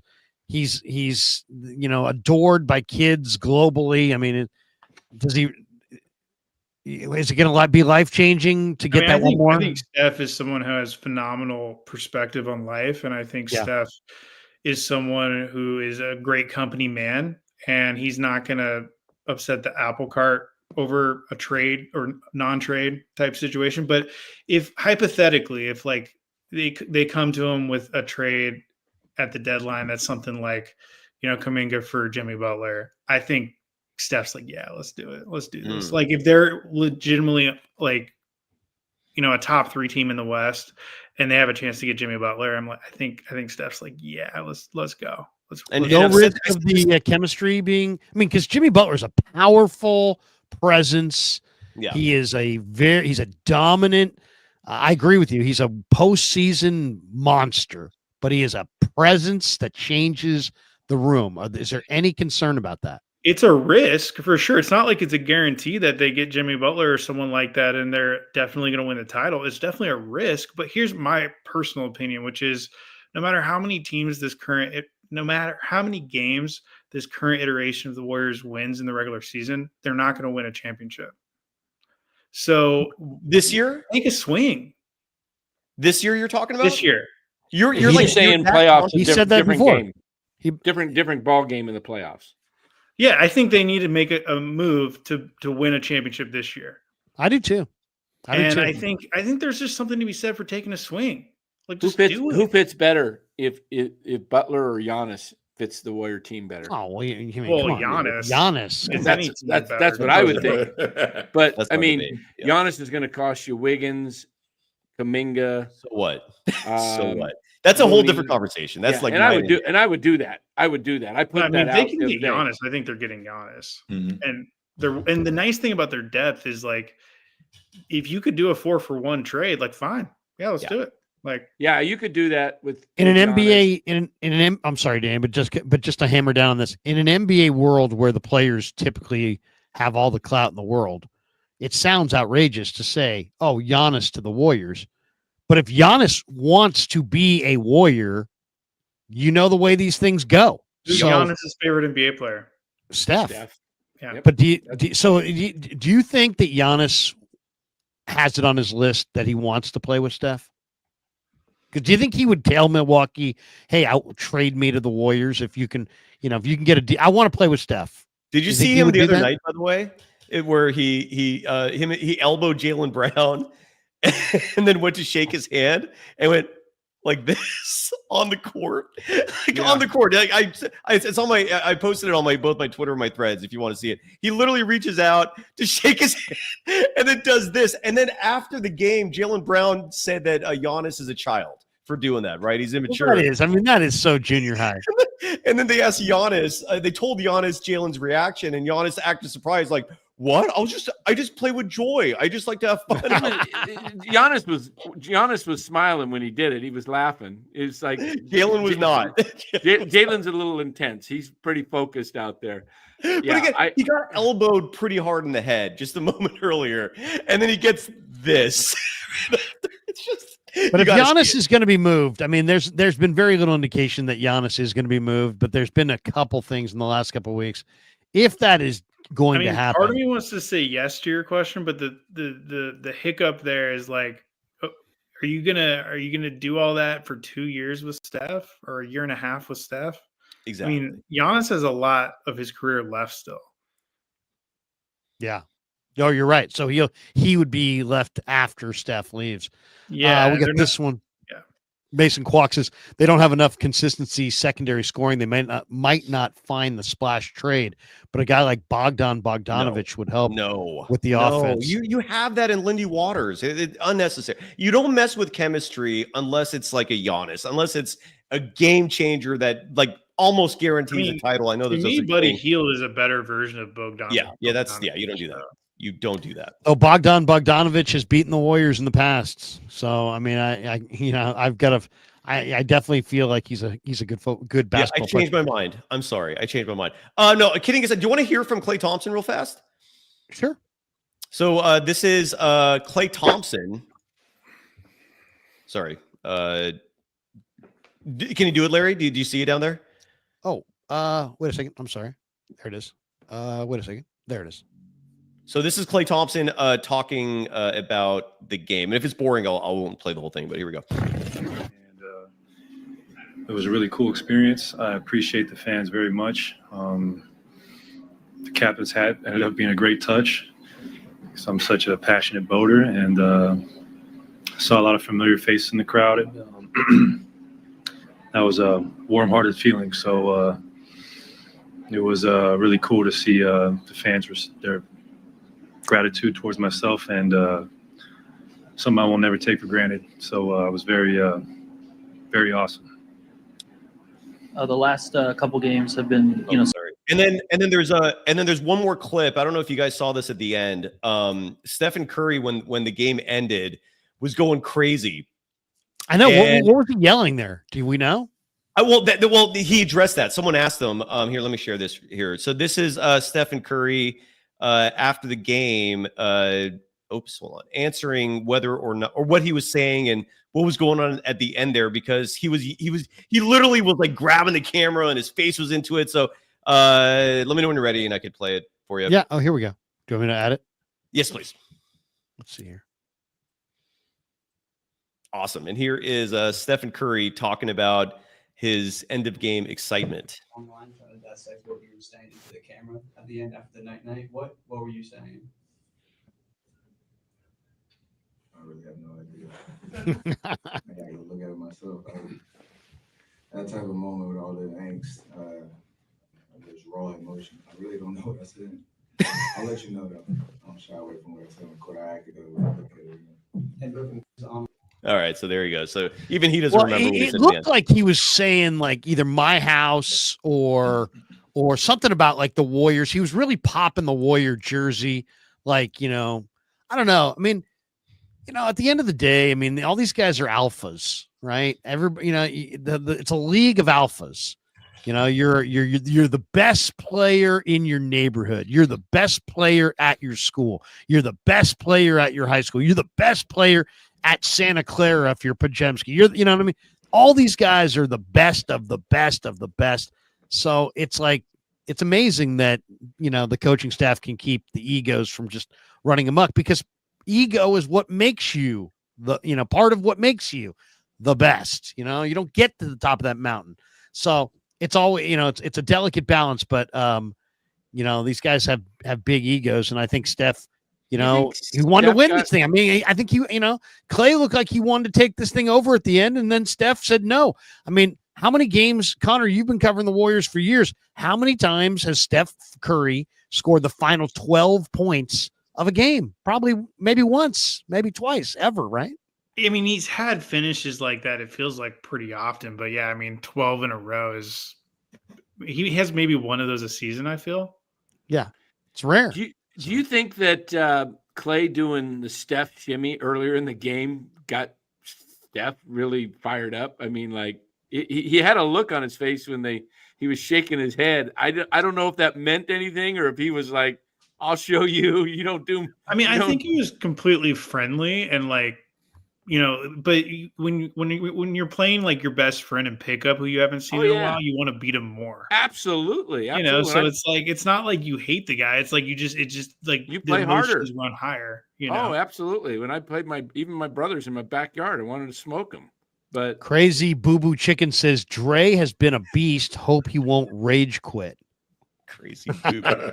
Crazy boo boo. Like sometimes my kids do when I play Madden against them and I go no huddle and I just keep running the ball, and the kid just gets up and throws the controller down. There you go. Don't exasperate your children, Larry. Well, you get me Madden and then all of a sudden I get a run play that I can execute and I'm just going to stick with it and go no huddle. Bill M says, thank you, Larry. Stackhouse has a lot to do with it. And we have a bunch of newer players. Connor comparing this to last year's kind of out of whack. I don't remember him doing that. Did you do that, Connor? You compared this year's Warriors to last year's? Like they're similar? I don't remember you doing that. I compare. He's probably referring to the rebounding thing. But I wasn't trying to make a direct over a half hour ago. Teams. Yeah. Bill's probably asleep right now. Yeah. Now, this one has got to be crazy. MDAA. If Jonathan Kuminga played in the 80s, he would be Bernard King. Oh my God. I mean, seriously. Oh my God. Oh. Jesus. Oh. I mean, look, by the way, tonight was game one of we haven't even touched on this, of the in-season tournament, aka the Emirates Cup. I mean, was it you that we were making fun of that? Like, what's up? What was up the floor? I thought the floor, I mean, it's the cup floor. It's every team has their own, it's the NBA makes. But the Warriors one is awfully, I mean, some of the other ones are a little bit brighter. This one just kind of drab. It was like gray. Yeah, it was gray. I didn't like the drab floor. I think this whole thing's a joke, the cup. When I watched LeBron in the locker room last year, champagne, and just all excited. Then the Lakers raising the, to the rafters, the championship flag. I'm like, this thing has very little life left in it, in my opinion. Maybe 2 more years. But if you really want to make this thing special and make it worth something, instead of the Lakers were terrible after they went on a long losing streak after trying to win it. You really want to make this thing worth something? Why not give an automatic 7th seed to whoever wins it? If they get a higher seed, great. But a 7th seed gives you 2 cracks, 2 home games. If you're not that great, what if you're better than the 7th seed? Then you get then everybody just moves up. I thought it was going to be really dumb, but I will say, like, looking back on last year and stuff, didn't it feel like the NBA Cup games for the Warriors were more fun? Yeah. Like, didn't feel like there was more at stake and it just felt like more intense? Yeah, they got exactly what they wanted out of it. They wanted to have increased intensity and better games in the regular season, and that's exactly what the result was. It was increased intensity and better games in the regular season. I think it's great until you get to Vegas. Vegas is the joke part. Well, it's not just the regular season. They wanted people to be interested in November games. Like this is because a lot of people say the NBA season unofficially starts on Christmas Day when in reality it starts in mid-October. And look, we're basketball junkies. We're watching, from October through April. The average layman is probably not. They're more interested in football and their daily lives. So this is much more for the casual who's not a hardcore basketball fan to get them interested. And I agree with Dan that the incentives should be better, like money. I mean, look, the players are playing hard. They want that cash, but it would be cool to see like a playoff seeding, an extra draft pick. Like I wouldn't mind seeing a team, for example, get like the 31st pick in the draft, right? If you get a conditional draft pick, maybe between the first and second rounds. But it is entertaining to a certain extent. Would players actually care about that, though? I mean, a lot of these guys aren't even going to be on the team next year. Did you see LeBron last year? Yeah, but I agree with that. What do the players care about the draft pick? The draft pick's going to take their job. Oh, that. Yeah. I don't know. I would say, how about this? How about money? Is what they how about doing something that actually, whether it's bullshit or not, how about something that says we care about, I don't know, the fans, the people that are paying the freight for these guys to make ridiculous amounts of money? How about a bunch of giveaways? You know, and I know that every NBA team they've got a airplane hangar full of just stuff. It would cost you nothing to give the fans. You've got every fan who's got a ticket to any game all season of a team that wins the Emirates, whatever, can go to NBA store, whatever, and buy one Warrior, whatever, for free, get it for free. I mean, then you've got people wearing your stuff around town. You've got hundreds of thousands of people with brand new gear that they chose, and it gives the fans something. The players are already filthy rich, giving them anything. It's ridiculous. Giving the players anything for this is stupid. It's contrived. Give the fans something. Give the what fans do the players something. get? They're getting like $500,000 each, right? Or is that what the first? I mean, that's still a lot of money, dude. Even if you're like, first of all, the average NBA player is not making Steph money, right? They're making probably Moses Moody money before he got the extension. So for them, $500,000, I think it does mean something. Like they're playing hard for it, and then the loser in the final gets what, $250,000, I think. But I agree, man. They should be better. Look at how many people would be touched by, and you don't even have to do anything. You just give them a code, and they can order one thing from the NBA store. That would be awesome. And don't have to pay for it. I mean, to me, it just seems like a no-brainer. Woodpit 420 says, "Did you see Steph when he won the game screaming, 'You miss it here'?" No, I didn't see any of that. What happened? Well, that's what he's saying, that Steph was screaming at the end. We just touched on that. So that sounds on brand, though. That you think that sounds right? It sounds on brand. One person claimed that he yelled like, "This is my house," and that's what it looked like. It looked like a my house and a Warrior thing. Yeah, according to Courtside Buzz, whatever that means on Twitter, they said that Stephen Curry claimed that this my shit here. You ain't want to stay here? Ah! That's what he actually said. Who knows? That's probably why he didn't want to say it because that wouldn't. Could you imagine if Steph said that at the. Excuse me, Steph, what did you say? Say that again, Cy. What did he say? Quote that again. Okay, it's this my shit here. You ain't want to stay here? Ah! Yeah, could you imagine if he had repeated that at the presser? That would have been that would have been epic, an unbelievable press conference if he had said that. I don't know what I said, but I'll look it up and I'll let you know.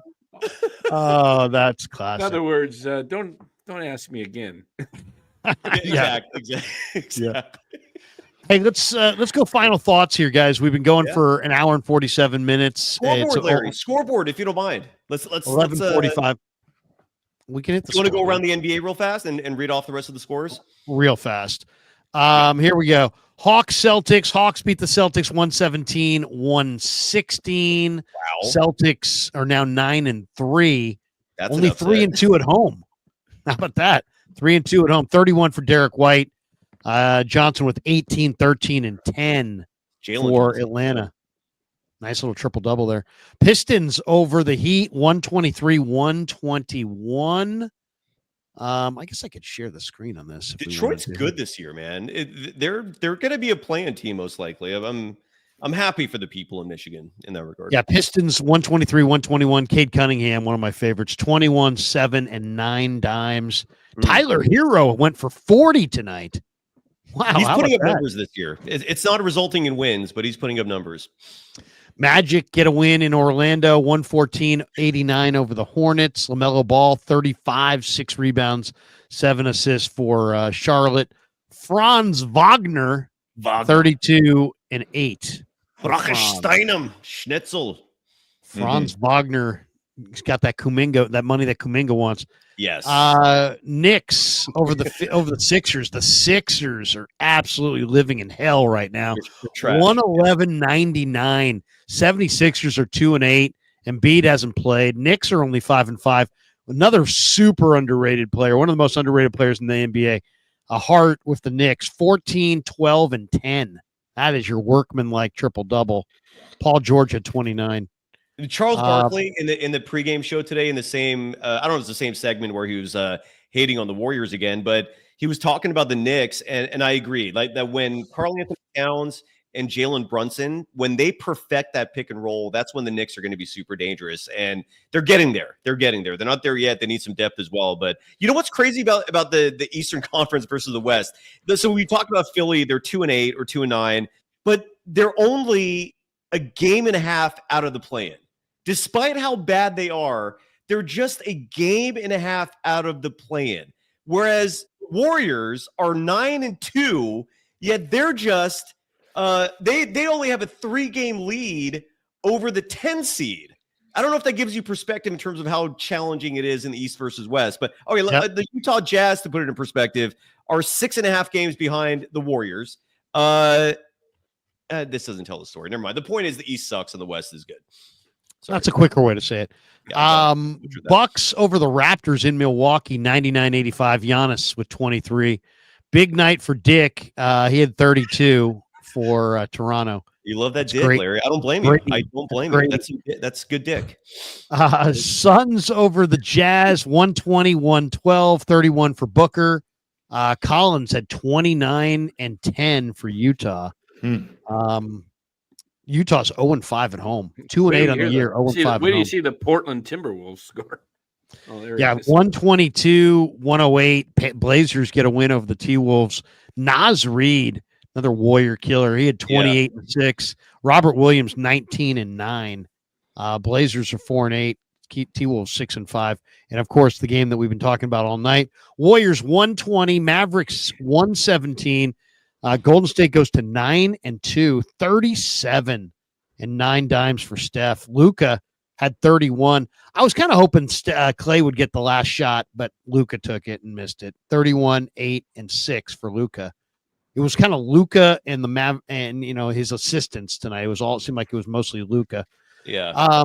So that is the push. scoreboard around the NBA, and we appreciate everybody for hanging out. Before we go, and this is for Larry and Connor, since you two are not sold yet on the Warriors being contenders, will any win in the regular season change your mind? I mean, or are you? Let's say like the Warriors are finished the season 68-14. Will you? And they've beaten every. Wins, okay. So say again. If they finish with like north of 55. Now you're rethinking whether or not they need to make another move. Okay, all right. So there's no individual team you need to see them play against to convince you. Like it's just it's more the body of work. Yeah, I mean, I don't put a ton of stock in like individual regular season games. Certain games I do. Like I remember the 2022 season. There were like I think the Warriors played the Grizzlies on Christmas Day, and I was watching that game very closely. Well, Christmas Day games are a little different. Yeah, there are certain games that are statement games, and that where both teams are really into it, and they understand it means something, and those are the ones I pay close attention to because those do represent like who this team really is for the playoffs. And I don't know, man, this team's they're in the conversation. I mean, first of all, I picked them to win 38 games at the beginning of the year. There's no question that they're going to be a playoff team. There's no doubt in my mind they're going to be a playoff team. But I don't think they're going to be a title winning team. I just think that when I look at Golden State right now, everybody, Charles Barkley used to say that the second season is the playoffs. Yeah. And a lot of times the Warriors remind me of that team that they play hard, they play together, they're maximizing, and they're smart. And I just think that other teams have that when they get to the playoffs, they'll get to that next level. And I don't think Golden State's going to have a next level to get to. In fact, I think Steph at that point is going to be gassed. I think Draymond's going to be gassed. So I like Golden State to make the playoffs, but I agree with Connor. I think this is a good team. It's going to be fun to watch.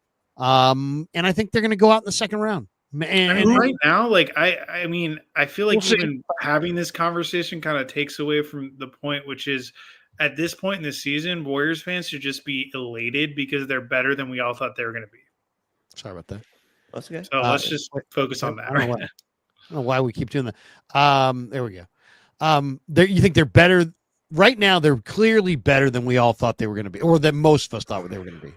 They're way better than I thought they were going to be. Same. And they're just more fun. Like, to be honest, I went into this season kind of thinking I was going to check out because I was down on their offseason. I didn't really like the roster entering the season. I was thinking I could see myself checking out, not really paying attention because I'm not, paid to follow this team anymore. And but by like the second game after that great preseason, I was like, yeah, actually, like this is fun. Like, I'm engaged. Who in the Western Conference do you think is the biggest threat to the Warriors at this point?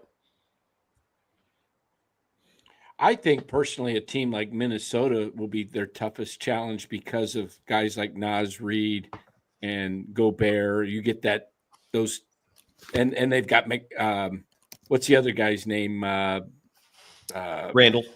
McDaniels. Thank you, Frank. They're Who's just struggling tough. this year. They're physically tough. They remind me a little bit of Cleveland in the East, that type of team.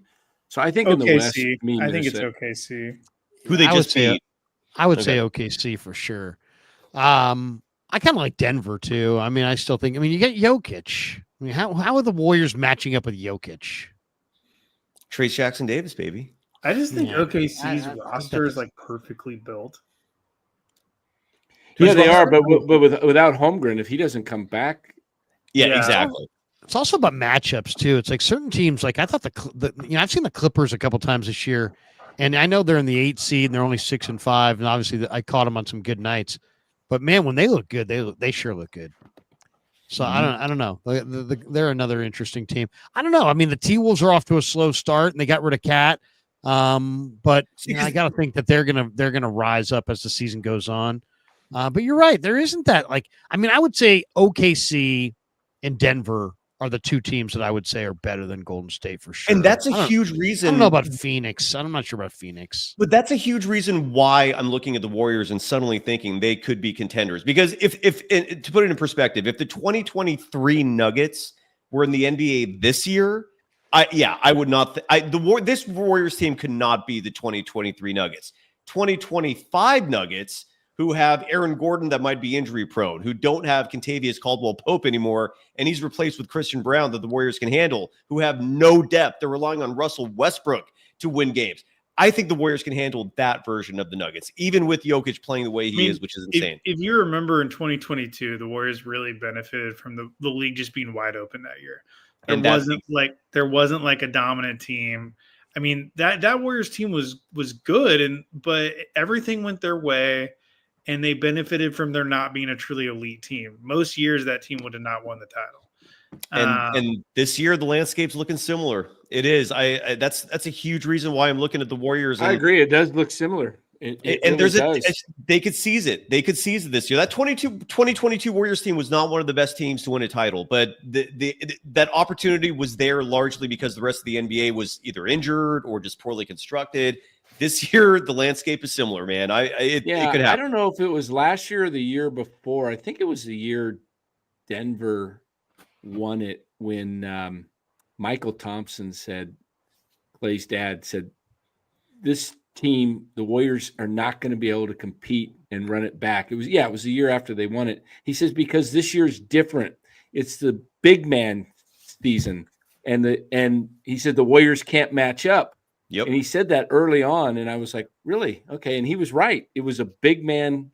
The league shifted that year. It was Embiid and Jokic and they dominated they dominated the Warriors. Jokic. But in the 22, and it's similar this year, I think the Warriors can make Jokic tired by running up and down the court, and he gets exhausted in the playoffs when he plays teams that are in a track meet. Michael Thompson, by the way, one of my favorite people in the world. I love Michael Thompson. Had him on so many times through the years. Can I give you a Michael Thompson factoid that will shock you, and yet it's very true? Please. Michael Thompson, Klay's dad, legitimately loves, not like just for effect or what, legitimately loves the Hallmark Channel. Oh yeah, That doesn't surprise me. he watches a movie every day. He's Come watching on, those man. he's watching those, those Christmas specials that Come are on, man. Yes, I swear. I heard Tommy, we that. had him on the show. Tommy was asking him. He's like, yeah, I love the Hallmark Channel. It's people are in a good mood, and That's ridiculous. His wife's got to be. real Hallmark quick, Channel. quick. So Klay and I actually we're both from Portland, and Klay and I are the same age. And Klay would have gone to my high school had he not moved, and he would have been in my high school class had he not moved to Orange County in 8th grade. So we know a lot of the same people. Klay's parents went to my best friend's little brother's wedding last summer, and Klay was invited, and no one was sure if he was going. And as of like the day of the wedding, Klay's parents had no idea like if he was coming, and he didn't come. Oh, But it just kind of tells you something about how Klay rolls. Klay's busy, man. He's got Instagram models. He's got the PS5. He's got. He's got to make. He does these trips to China for Anta, right? I mean, he's got the that boat. He's got that Anta money. No, He's got the but boat. my friend's little brother's wife is like a close family friend. So, but whatever.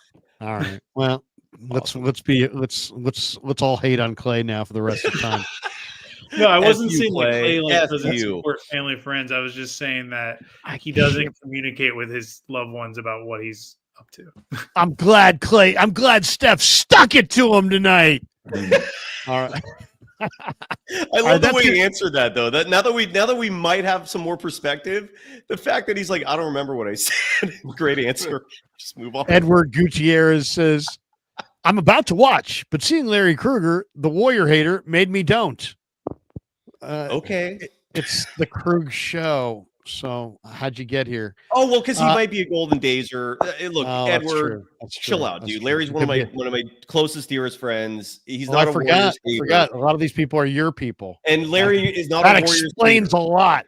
That explains a whole lot. No, I'm just kidding. No, but you're not a Warriors hater, man. I'm not a Warriors hater. I just hate the Warriors. transparent in admitting that. You are not a Warriors hater. You actually love I'm the not a Warriors. Warrior hater. In fact, it's funny.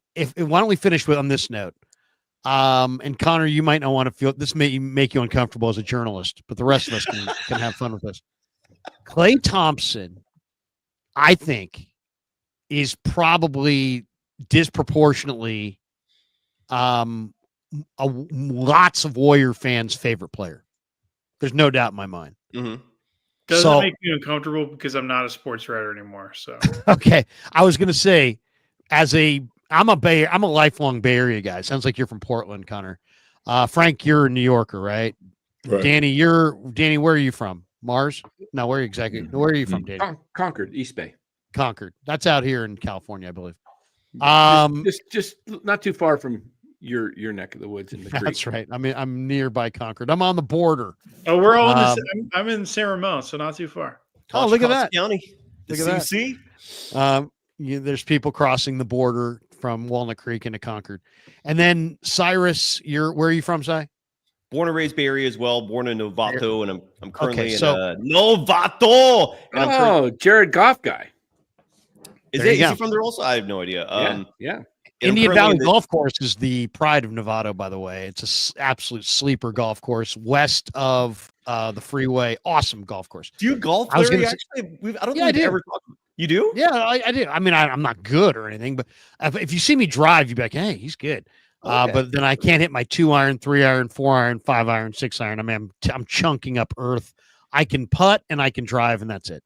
The short game is an issue? No, I can shoot, I can putt, and I can chip. I just can't hit anything in the fairway. Chipping's hard, man. I can't get from the tee box to the green without like 7 shots. Gotcha. So I'm not good. Chipping, gentlemen, I'm about to break out. Okay. Oh, I think we're done anyways, right? We're gonna end, but I was just gonna say everybody's favorite Warrior of all time. Since Klay is so many of the young people's favorite Warrior, who would you say is your favorite Warrior of all time? Well, Frank, why don't we go with you? Start with you. Steph. Yeah. Steph and Curry. Steph. How about besides Steph? The Steph's too easy. Who's your second favorite? Mully. Chris Mullin. All right, that's okay. There you go. That's a good one. Cy, favorite Warrior? Steph's the obvious answer, but my runner-up will be Sleepy Floyd. He actually is one of the reasons I even started following basketball. Was that incredible 29-point quarter, 39-point half that staved off a sweep by the Lakers in the 87 conference semifinals. Forever made me a Warriors fan, man. Yeah. Danny? Sleepy. Well, obviously Steph, but growing up, and it's not even close, Rick Barry. Oh, look at you. Gonna get Rick back on the show soon. Connor? I mean, I gotta go with Klay. I was gonna say Sean Livingston, actually. Dude, that's not a bad pick. I liked him a lot as a player and as a person. I'm going to go. Now, I do love Chris Webber. I've always loved Chris Webber. Breaks my heart. Man. Breaks my heart. But it just didn't work out. In some ways, I feel like Draymond Green is everything Chris Webber was spilled to be in a lot of ways. But I'm going to go with this guy right here, Tim Hardaway. Good pick. Was there anything better than the Hardaway crossover? Good pick. That was awesome. All right, that's going to do it for us. Thanks to Pig and a Pickle. Thanks to Mancini's. Cy, you want to thank your sponsors one last time? I have no end of show sponsors, so I'm good, except just to say thank all of you, both on the show and in the audience. Thank you. I can never say it enough, man. I'm forever grateful for the sport, and thank you to the Warriors for making people happy. That was a hell of a game. Hell of a season so far. At least we have something to enjoy all season long. Entertaining. Absolutely. And for the Golden Dazers, I'm starting effective tomorrow, every Wednesday at 11 a.m. Damon Bruce, I know, Larry, you host regular shows with him. Him and I are going to do Warrior Wednesdays every Wednesday at 11 a.m. Pacific time starting tomorrow. So tune in for that. And thank you, everyone. Sounds good. For Connor, great to have you on for the first time. Yeah. Thank you very much for coming on and thanks keep for doing a pulling me great out job. of sports retirement. I appreciate it. Yeah. I got to tell you, Connor, I really enjoyed your writings when you were with the Warriors. I appreciate that. Yeah. Read the news section. I'm still doing my thing, so I appreciate it. Cool. What happened to that guy? That's when you know nobody's right. nobody reads anything but the sports page. If they're like, what happened to Connor Letourneau? For Danny, for Connor, for Frank, for Cy, for myself, and for all of you, have a great night. Thanks for watching the Krueg Show. Peace. Yeah, never met a man I've been scared of. Careful.